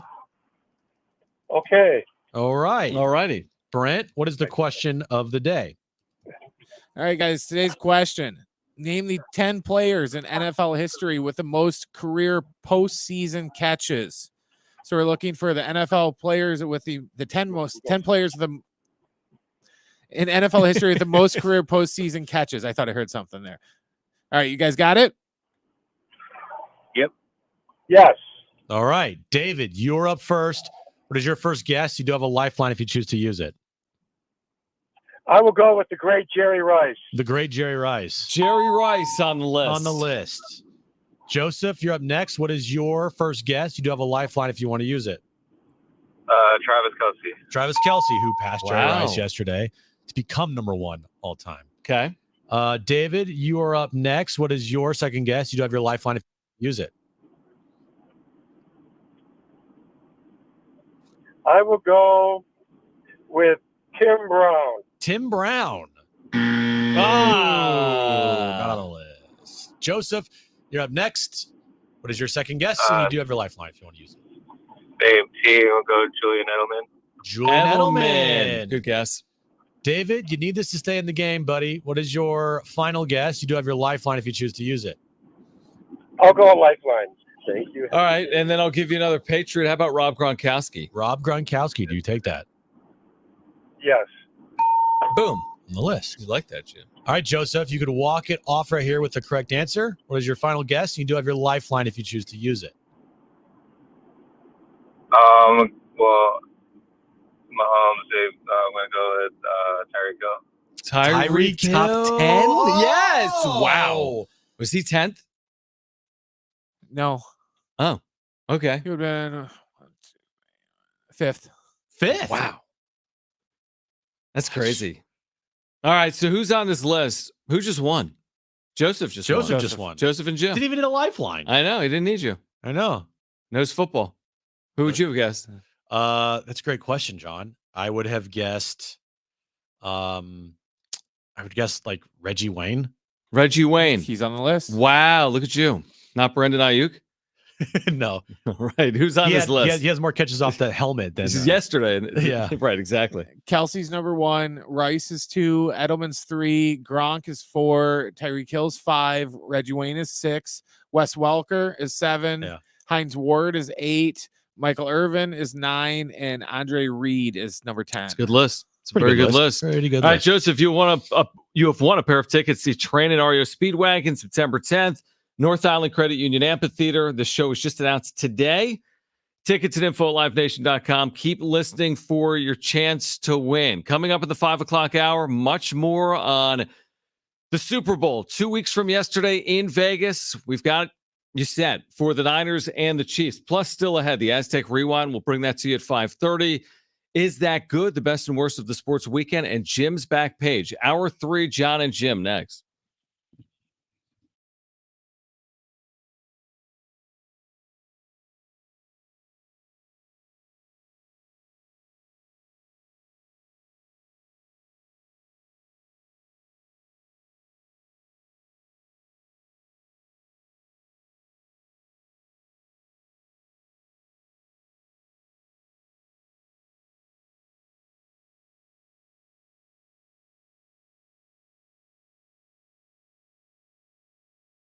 All right, the Super Bowl is set and all your grocery needs available at Windmill Farms. Plus, if you're looking for a quick, easy, affordable lunch during your work week, look no further than Windmill Farms in the College area. They are the College area's natural grocer.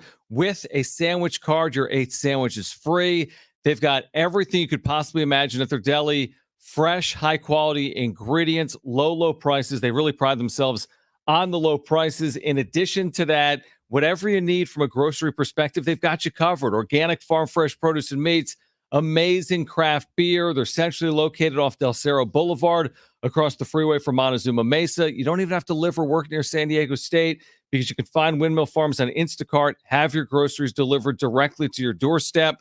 Trevor and his family have been in the grocery business for 20 plus years.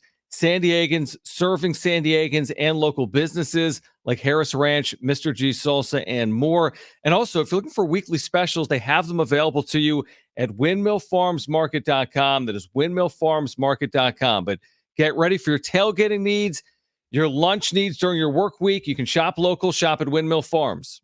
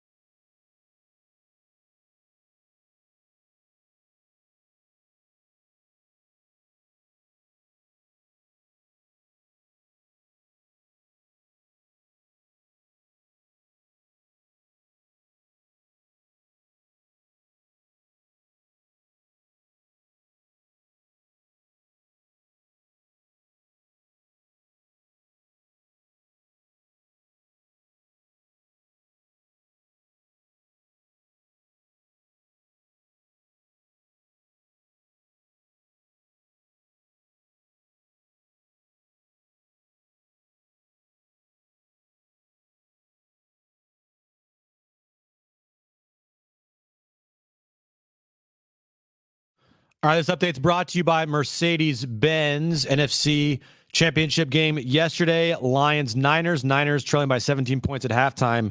Won that game. I don't know how, but they won. They're moving on to Super Bowl 58. And the Chiefs and Ravens, AFC Championship game. The Chiefs beat the Ravens 17-10. They're moving on to Super Bowl 58 as well. Well, it would be a rematch of a Super Bowl from 4 years ago. Chiefs and Niners in Las Vegas, February 11th. The utterly inspired all-electric EQE sedan from Mercedes-Benz with hundreds of customizable comfort settings inside the cabin. It's the EV that recharges you. The vehicle is all electric. The feeling is all Mercedes. Learn more at mbusa.com/EQE.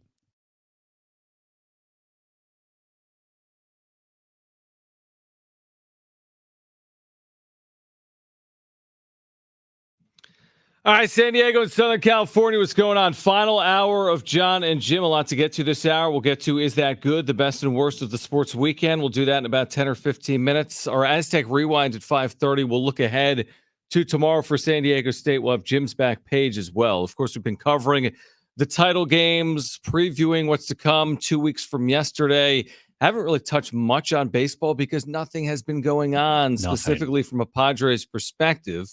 They will report pitchers and catchers the day of Super Bowl 58, which is 2 weeks from yesterday. And we wait and wait and wait. Like we've basically waited all offseason for some type of news. It's not just the Padres, Jim. You look around baseball, there have been some minor moves in the last handful of days, but it has been as slow can be, really, other than the Dodgers all offseason. There was some Padres news today. Their spring training hats got leaked. Oh, wow. Yes. They're like yellow hats. It's like a yellow, I don't know what the texture is. It almost look like a corduroy. Like the texture of the hat. It didn't look corduroy to me. It looked like mesh to me. Maybe it's mesh. It's probably mesh. That'd be stupid if it was corduroy. If it was, It looked like someone ate too much mustard and then threw up on a Padres it's hat. very yellow. Very yellow. Very, SD logo on the very, front. Very yellow. Cactus League not my logo on the side. Not my favorite. I think a maybe brown bill would have been better. Like if you're going to do a yellow hat. It's like they've done everything at this point. Anyway, it's a spring training hat. It's going to be just be prepared for a lot of yellow. But that's the only Padres news I got for today, John. Is that their hat for spring training got leaked. There's just not a lot. There really isn't, which again is fine because we had the AFC title yesterday. We had the NFC title yesterday. We have Super Bowl 58 set in Vegas, rematch from 5 seasons ago. It was 5 seasons ago, right? 2019. Yeah, 5 seasons ago. Niners and Chiefs will meet again. I mean, it's really crazy when you think about it. Patrick Mahomes looking for a third. Brock Purdy trying to shut people up. The Niners have not won a Super Bowl in how many years? 29 years? Since 1995. 29 years. So 94. What was the 94 season? Well, it's been a while. Yeah. It's been nearly 3 decades since you were 30 years. 30 years. 30 so years. since you were little.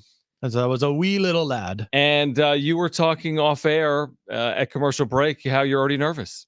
Well, yeah. The second the game ended, I'm obviously, wait, they're going to the Super Bowl. The Niners are actually going to the Super Bowl. They finally got over this hump, but then I realized, oh yeah, that's not actually the hump that they need to get over. Like the hump is the Super Bowl. They've been, this will be their third Super Bowl in the last, 15 years? They lost in Kaepernick. The 2012 Super Bowl with Kaepernick, the lights going out. The 2019 Super Bowl up by 10 with 6:30 left in the fourth quarter. And now they go back for a rematch. And I saw this tweet. The last time the Niners and Chiefs played in a Super Bowl, there was a pandemic 2 months later. It's like, hopefully that doesn't happen. Let's just not do that again, guys. Let's not do that again. No, hopefully not. But yeah, it's I'm nervous as hell because it's Mahomes. Like now, if they played the Ravens, I would have been still very nervous. I might have been more nervous just because of what the Ravens did to the Niners this year. But it's Mahomes, and you're like, okay. The difference is Mahomes is never out of games and Lamar Jackson is. It's because whenever Baltimore trails, you're like, oh, this changes everything. They never trail. So now that they're trailing, are they capable of doing it? Where Kansas City, you could never say that about them. They could be down 17-0 at a half and win the game. Well, now San Francisco just did that. But that's the thing with Mahomes. He has overcome more double-digit deficits in his career than like any quarterback in NFL history. The one thing about this matchup is it's two battle-tested teams. They've seen it all. They've gone through it all, except one has the Super Bowls and the other doesn't. Like, there's not much on either side that they could say, oh, we've never faced this before. Oh, we're down by 17 in the game. We've never both teams have faced everything. Mahomes has been down double digits in the postseason before and won. The Niners, this team, down double digits in the postseason and won. The last 3 years, heartbreak for the Niners. The last 3 years for the Chiefs, heartbreak followed by championship, followed by another Super Bowl run. So they both of the teams have faced everything. If the Lions made it yesterday, won yesterday, and they made the Super Bowl, you would be like, all right, Lions, green as hell, going up against the battle-tested, we've seen it all Chiefs team that might not be good as the Lions roster-wise, because the Lions have some studs on that team. But you're also facing a team that's never been there before, so they have no idea what to expect. Yeah, I mean, this is a dream scenario for the National Football League, is it not? The whole Taylor Swift phenomenon, Kansas City back. I mean, love or hate, it's Kansas City. And then San Francisco, again, it's like everything that everyone has said about Brock Purdy all 2 seasons long since he's been in the NFL. It's like, this is tailor-made. It's a rematch. Taylor Swift made. It's big markets. It's successful franchises. It's everything they could possibly want. It's the best player in the league versus arguably the best brand in the league.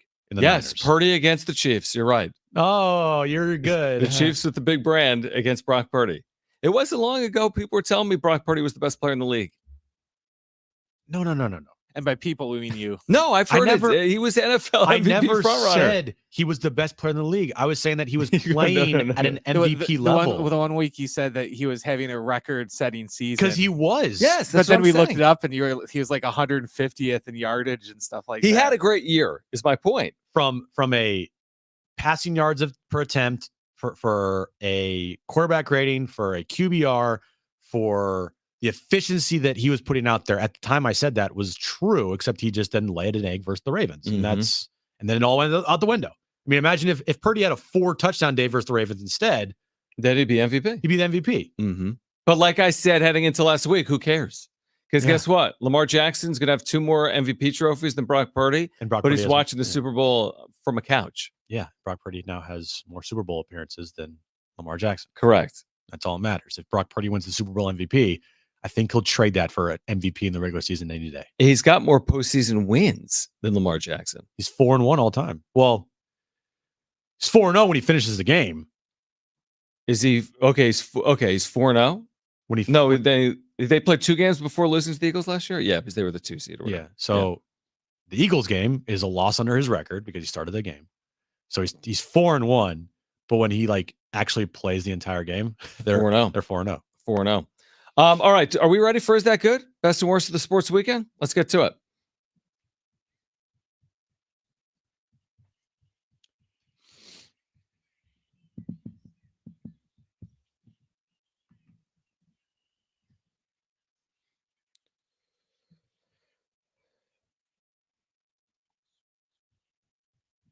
I'll start with NBA, and we've been seeing a lot of. The scoring output in the NBA is getting ridiculous. Like 70 points now doesn't feel like it's this amazing thing to accomplish because of how many players right now. You have Embiid, Doncic, you have Booker.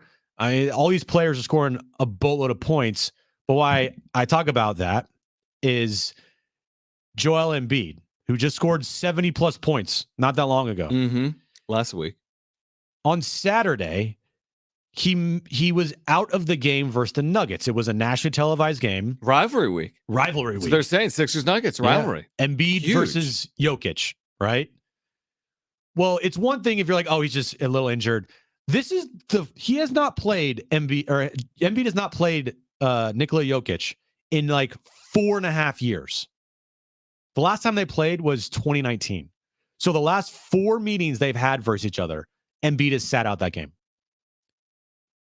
Is that good? Is he soft? Is that good? Are you kidding? Well, did you see he can only miss 6 remaining games to be eligible to win the NBA MVP award this year? 6 of his final 38. He's already missed whatever number that is. He's already missed 10, something like that. It's interesting how he's ducking just Joker. Is he really? The guy scored 70 points last week. He's ducking anyone. It'd be one thing if it was just like a random occurrence, but yeah, that's weird. It's becoming a trend where he just does not play versus Embiid. Very weird. Nikola Jokic. All right, I'll start off with the average get-in price for the Super Bowl in Vegas a week from Sunday is $8,188, the most expensive in the history of the event. Is that good? No, it's no good. Are you kidding me? It's not good if you want to buy them. You want to go? If you're buying, Opposed to what? Stealing them? I mean, I'm not going to spend $8,188. Would you imagine spending $8,000 per ticket and your team losing? That's the whole thing. It's like That would suck. I would hate it. The odds of no. Even if they did win, I'd be like, oh, I'm broke. I mean, that's crazy. Like $8,000 to see a football game? Dude, I would love to go to a Super Bowl one year if it was just like wasn't my team. But the money and how much tickets cost now, it's crazy. It's impossible. Oh, come on. You're just paying $8,000 to go see Usher. The game's just in the background. Dude. You don't have $8,000 to waste on a Super Bowl ticket? I mean, Jim? I do, but then I'm not going to be able to pay for my wedding.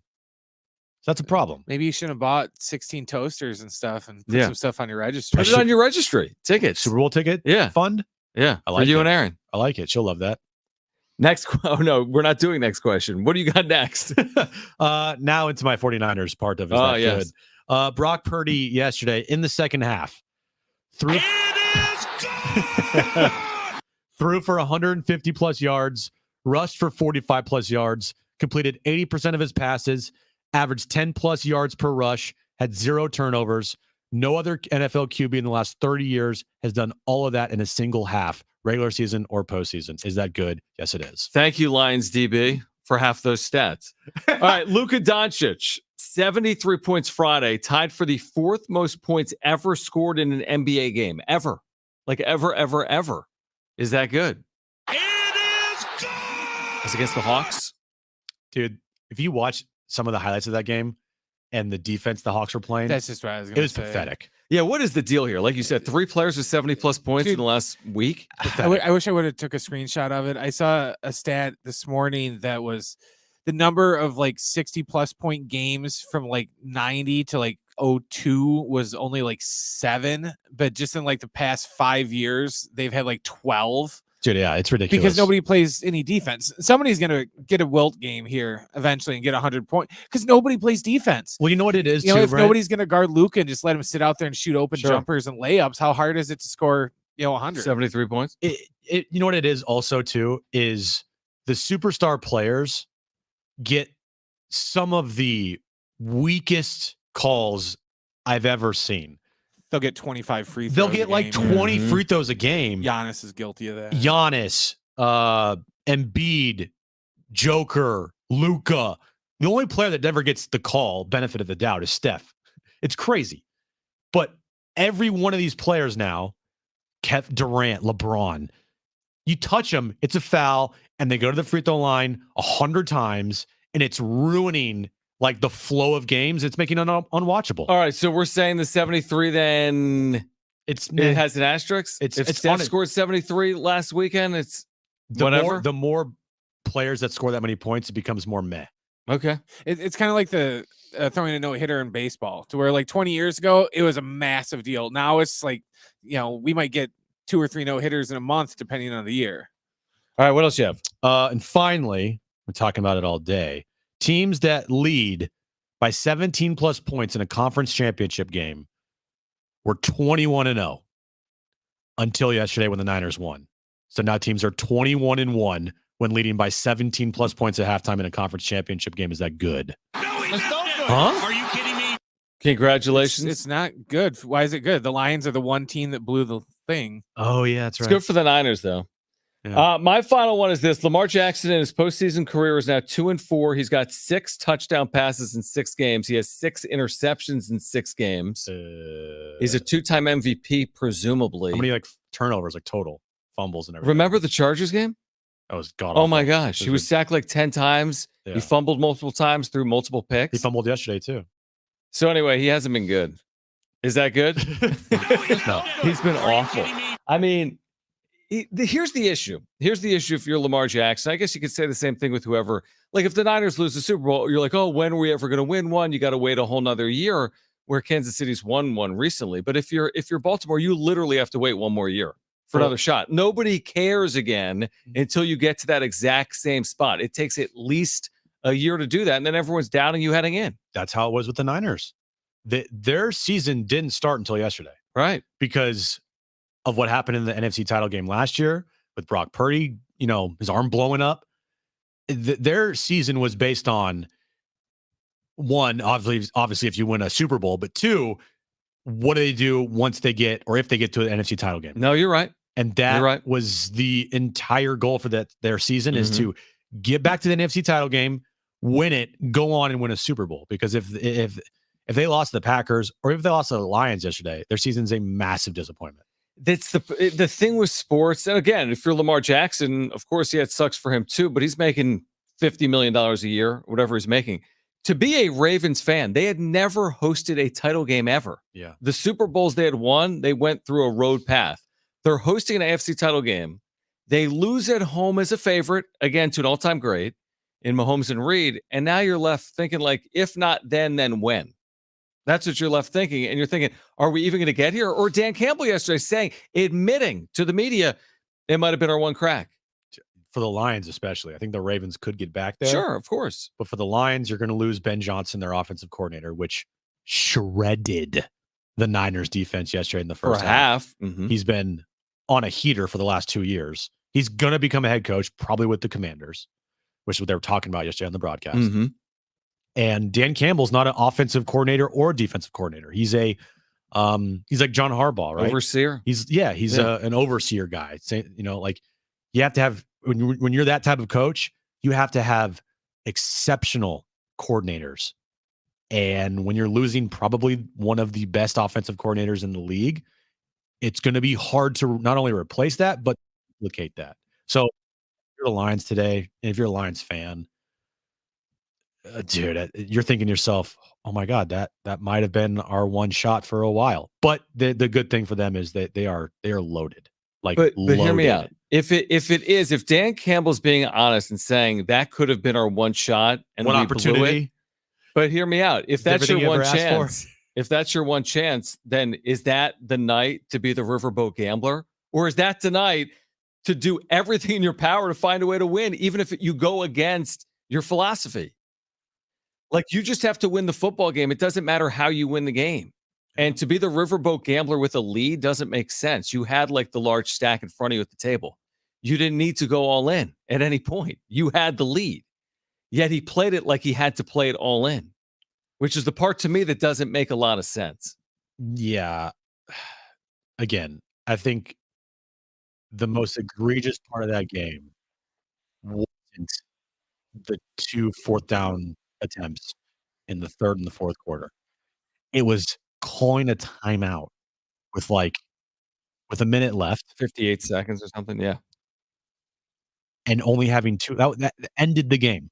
Like, the math there, it was over. It was done. It didn't matter if you scored a touchdown, because you're not recovering the onside. I mean, the percentage of that is 1 in 25. And I think only 3 have been recovered all year. 2 have been recovered all year.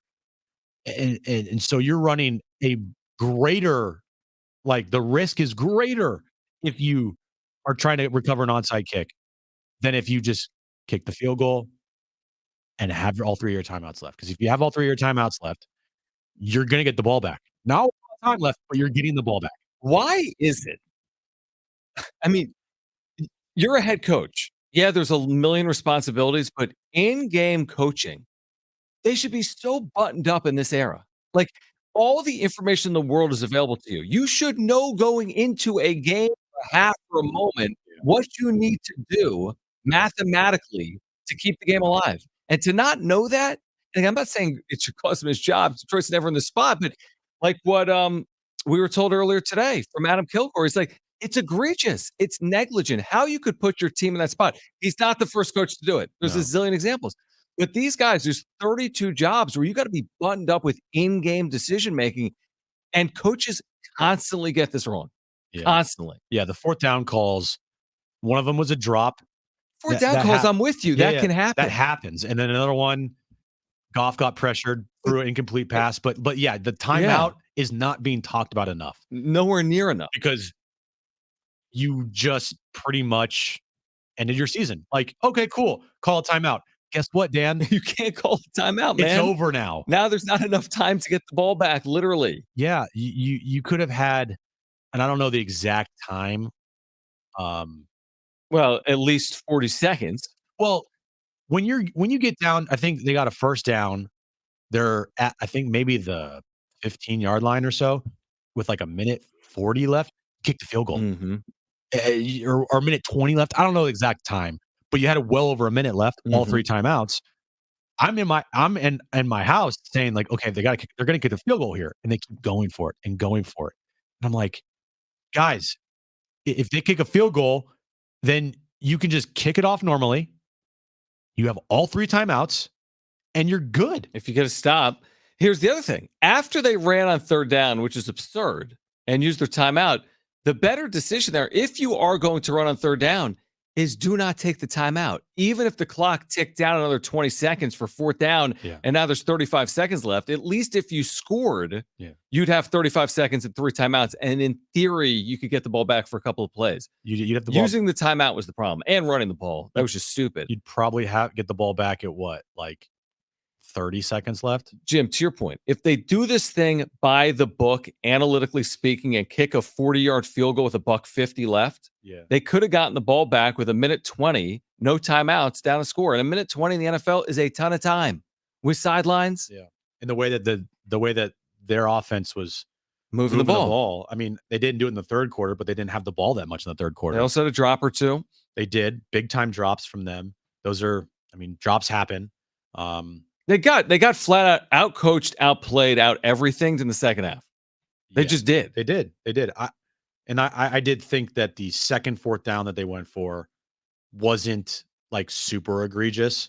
I agree with you. That's what we told Darnay. I think if you tie the score there, the odds are still that you're going to lose the game. You're kicking away to the home team with 7 minutes left in the tie game. And you're banking on either holding them to 3 or stopping them.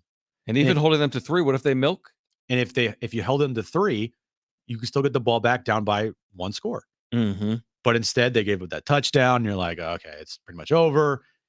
And then, yeah, I mean, the 2 biggest plays of that game that cost the Lions was going for it on fourth down early in that third quarter when you had a chance to go up 17, and then calling the timeout at the goal line at the end of the game, essentially, ending your season. And arguably not going for it 4th and goal with 10 seconds to play in the first half, leading 21-7. Because if you are going to go for it in the third quarter, then why don't you go for there? That's the question. Yeah. What happened? What happened? You didn't go for it then, but And do you remember when they showed on TV, they showed Dan Campbell running down the sideline, looking at the angle as if to say like, it's about a half yard too far. Well, hold on. Yeah.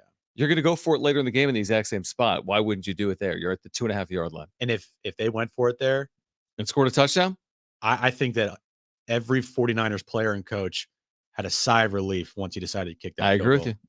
All right, on the other side, let's get you ready for tomorrow night. San Diego State and Colorado State will have an Aztec rewind for you. Jim's back page is still ahead. Stay with us.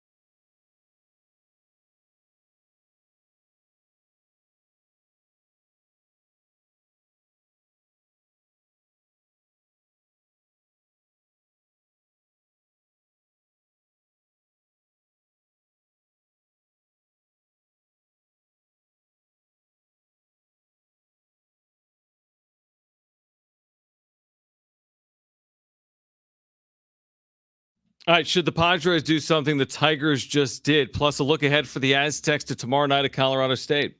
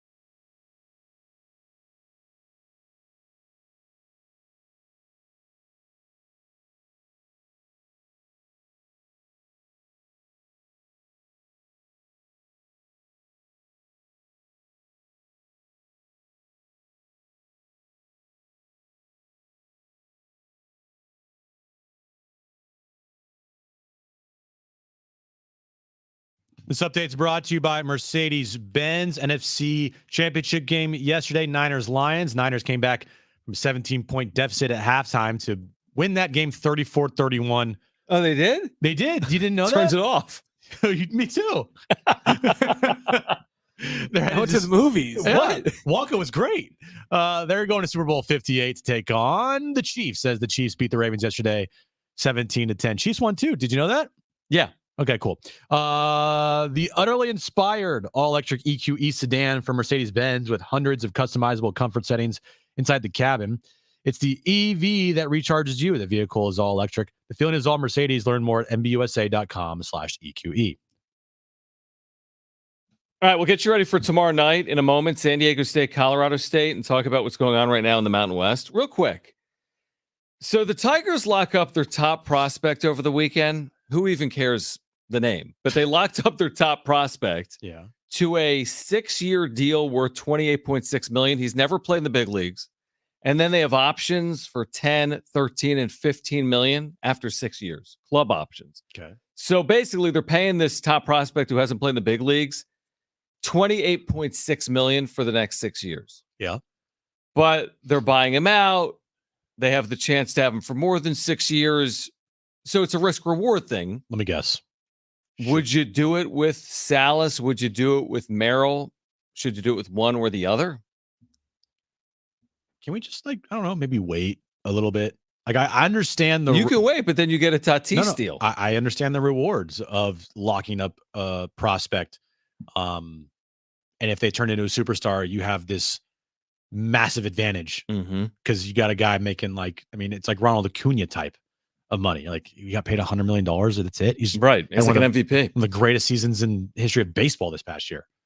But if they don't pan out, you're literally throwing money away. Yeah. And with the track record from this organization, I'm okay with them not doing something like this, even though if you gave Nathan Salas a 7-year, $28 million contract, it's not breaking the bank and it's really not going to hurt you a lot, but still it would suck if you did that and he didn't turn in anything. Yeah, there's examples. I forget the name. Scott Kingery with the Phillies was signed to like a 6 or 7 year deal. He never did anything. Yeah. But then the opposite side of it, to your point, is the Braves have done some of those deals and they've gotten extreme value. How about we just wait it out? See what he does this year?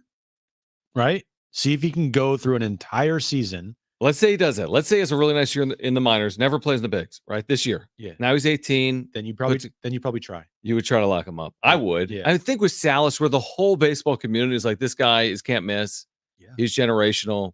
If you can lock him up. Now, again, the issue with waiting is if all of a sudden you put together a year or two in the big leagues, you're like, how about 14 for 340? Right. Like, I think I'd rather do like 6 for 30 than 14 for 340 tomorrow. And even when you're thinking about it with Tatis, imagine if they didn't do that 14 for 340 deal, how much better flexibility they would have right now. So if they didn't do that deal, Jim, he made his major league debut in 2019. Correct. So he would be a free agent this offseason. Okay.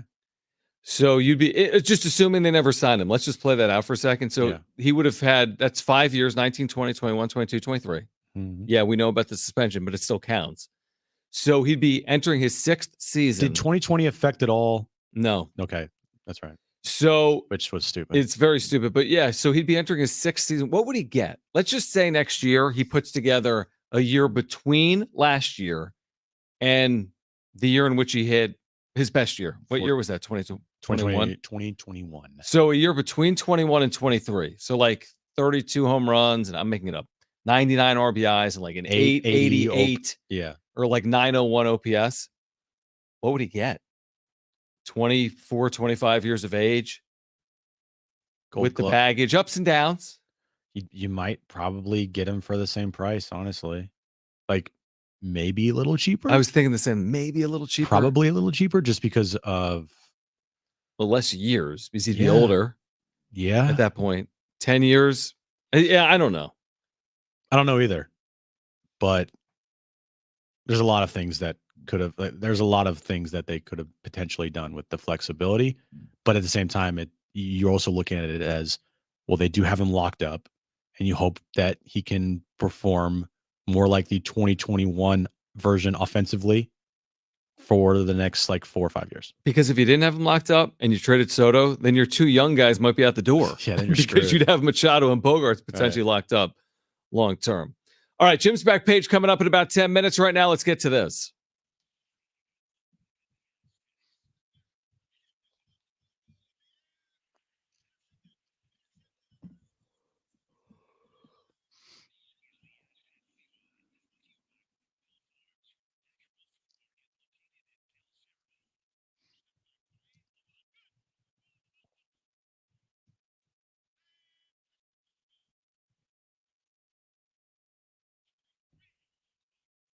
All right, San Diego State didn't play this past weekend, coming off a victory Tuesday night at Viejas over Wyoming, a huge one in Fort Collins tomorrow against Colorado State. Now, Jim, have you looked at the Mountain West men's basketball standings at any point in the last 24 hours?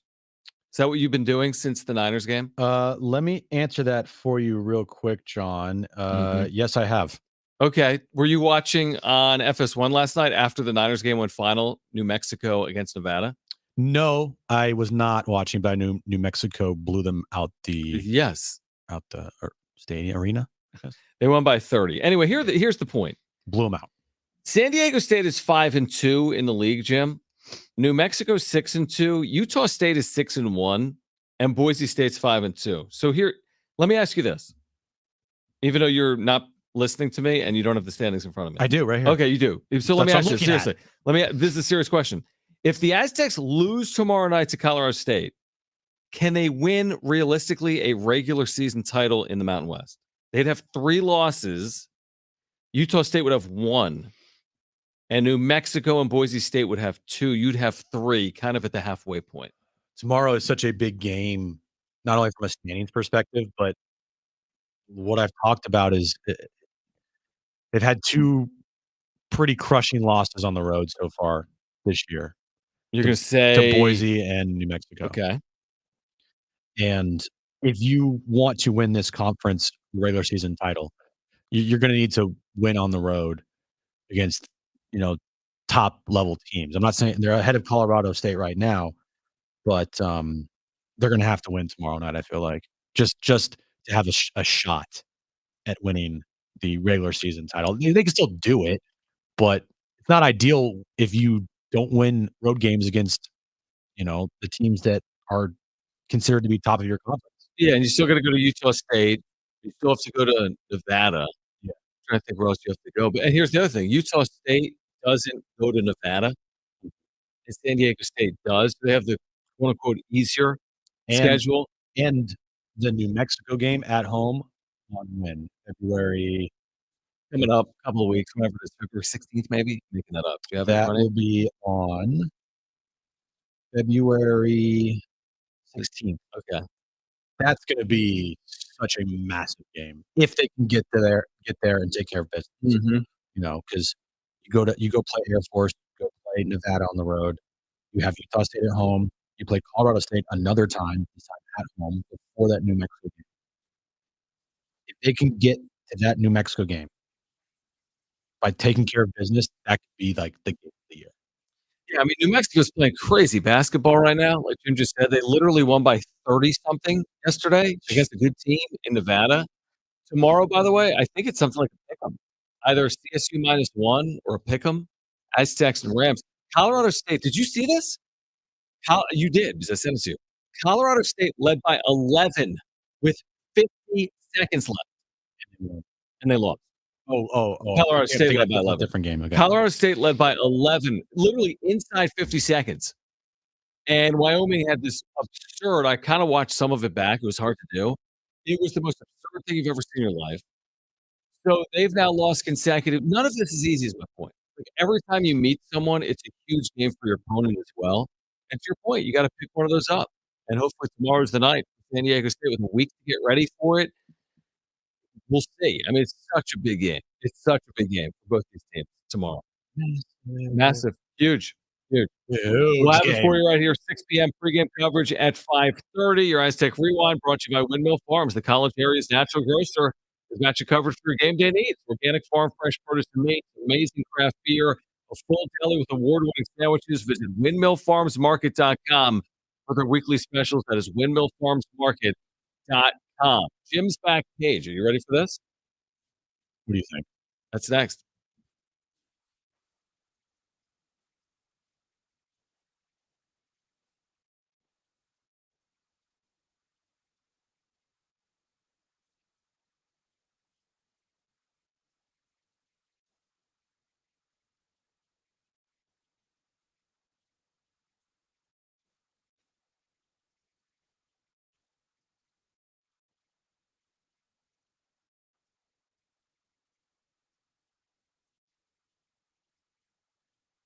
Lower mortgage rates are here, and smart homeowners are wiping out all their credit card debt with help from Loan Pronto. Hey guys, it's Schaefer. Right now, Loan Pronto has a cash out refinance rate of just 5.49%. That is a huge drop. So you can get refinanced now, get cash out of your home's equity to wipe out all those credit cards and other high interest loans. You can save hundreds every month with lower payments. Or if you still have a mortgage rate in the threes, you can use Loan Pronto's Express Equity line of credit.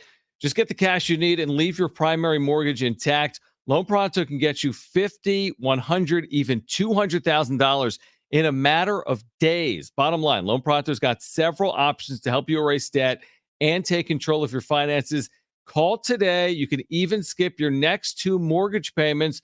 Call Loan Pronto right now. Here's the number. You can write this down, put it in your phone, or call right now. 619-207-4336.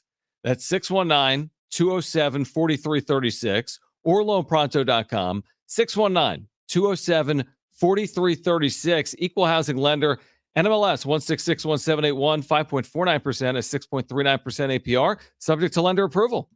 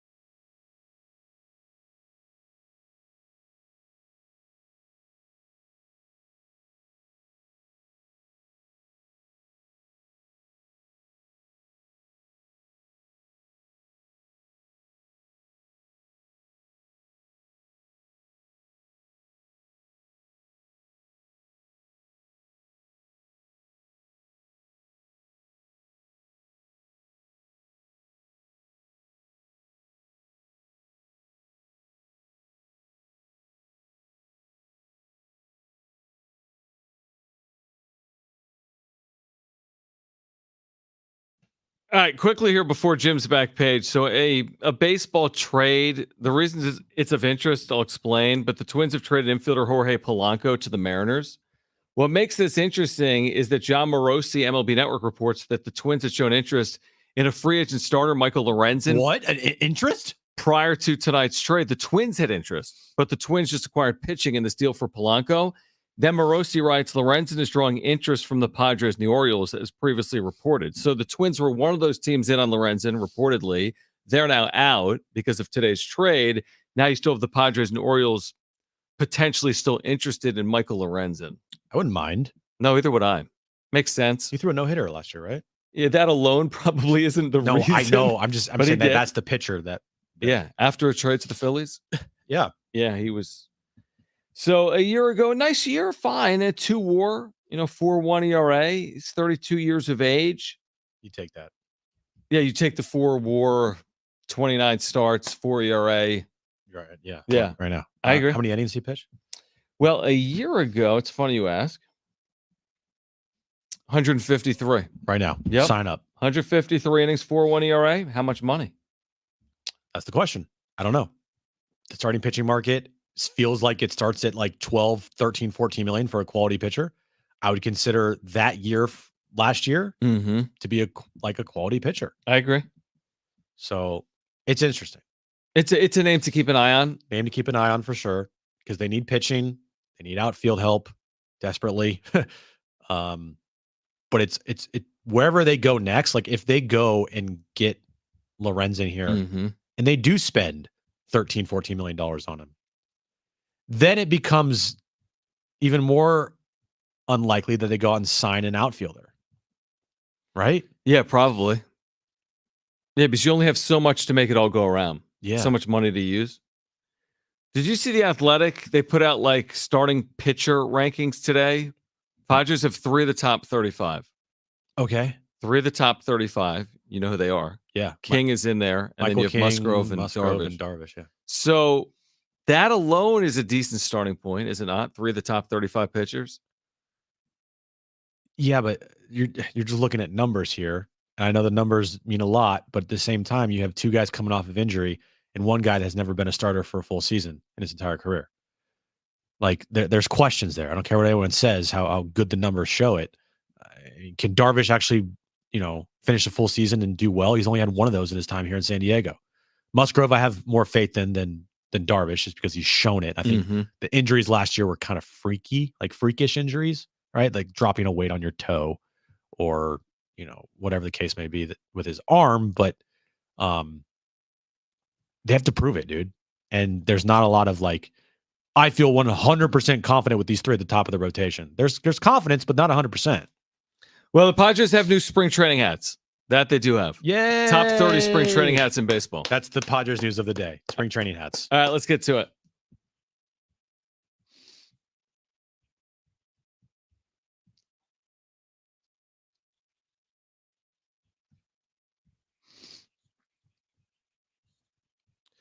John, have you ever bought any Topps baseball cards before? Of course I have. Yeah, Topps baseball cards. Well, a 1965 Topps baseball card box. Okay. All right. Fully sealed. Sold in an auction for guess how much? $3,495.95. 1965, Brent. $3,400. No. I'm online. I was Googling it because I wanted to know what the top 65 set looked like. Yeah. And now I know. Like the whole box. Right, a whole box. Don't look. I'm not, but I'm just looking at these cards. Or who's in the 65? Who's in the 65 set? I don't know. Everyone That's what I'm wants. looking for. Rookies in 65. Yeah. I don't know. 20 grand. Okay. Any idea, Brent? See, Sandy Alomar Sandy Alomar. Senior. Yeah. $1 million. $1 million? I said 20. Somewhere between 20K and $1 million. Yes? 330,000. Wow. The box, if it was sold, the entire box in 1965 would have cost you $120. The entire box. Wow. So this has Roberto Clemente, This has Joe Morgan rookie card. Yeah, I see that. What else does this have? Jim Palmer, Some Mickey Mantle collector's item. Tony Perez. Yeah. What's the deal with this set? Does it say specifically? It doesn't say. That's crazy. But in today's climate, it would an entire box, if it sold for the same as it did in 1965 with like the Catfish Hunter, inflation. You're saying inflation, $11.80. Wow. Phil Negro, Jim Palmer. There's There's a some Hall of Famers in Koufax. here, There's a mantle. $330,000 for a sealed 1965 Topps baseball card box. Wow. Should have bought it for $120 or Should have bought it for $120. That's why I went high, because you never know what's in it. It's it's like the let's make a deal thing. You're buying the promise of what could be inside the box. True. not What's what even is in that box? Yeah. Good point. All right. So with the Chiefs in the Super Bowl Mm-hmm.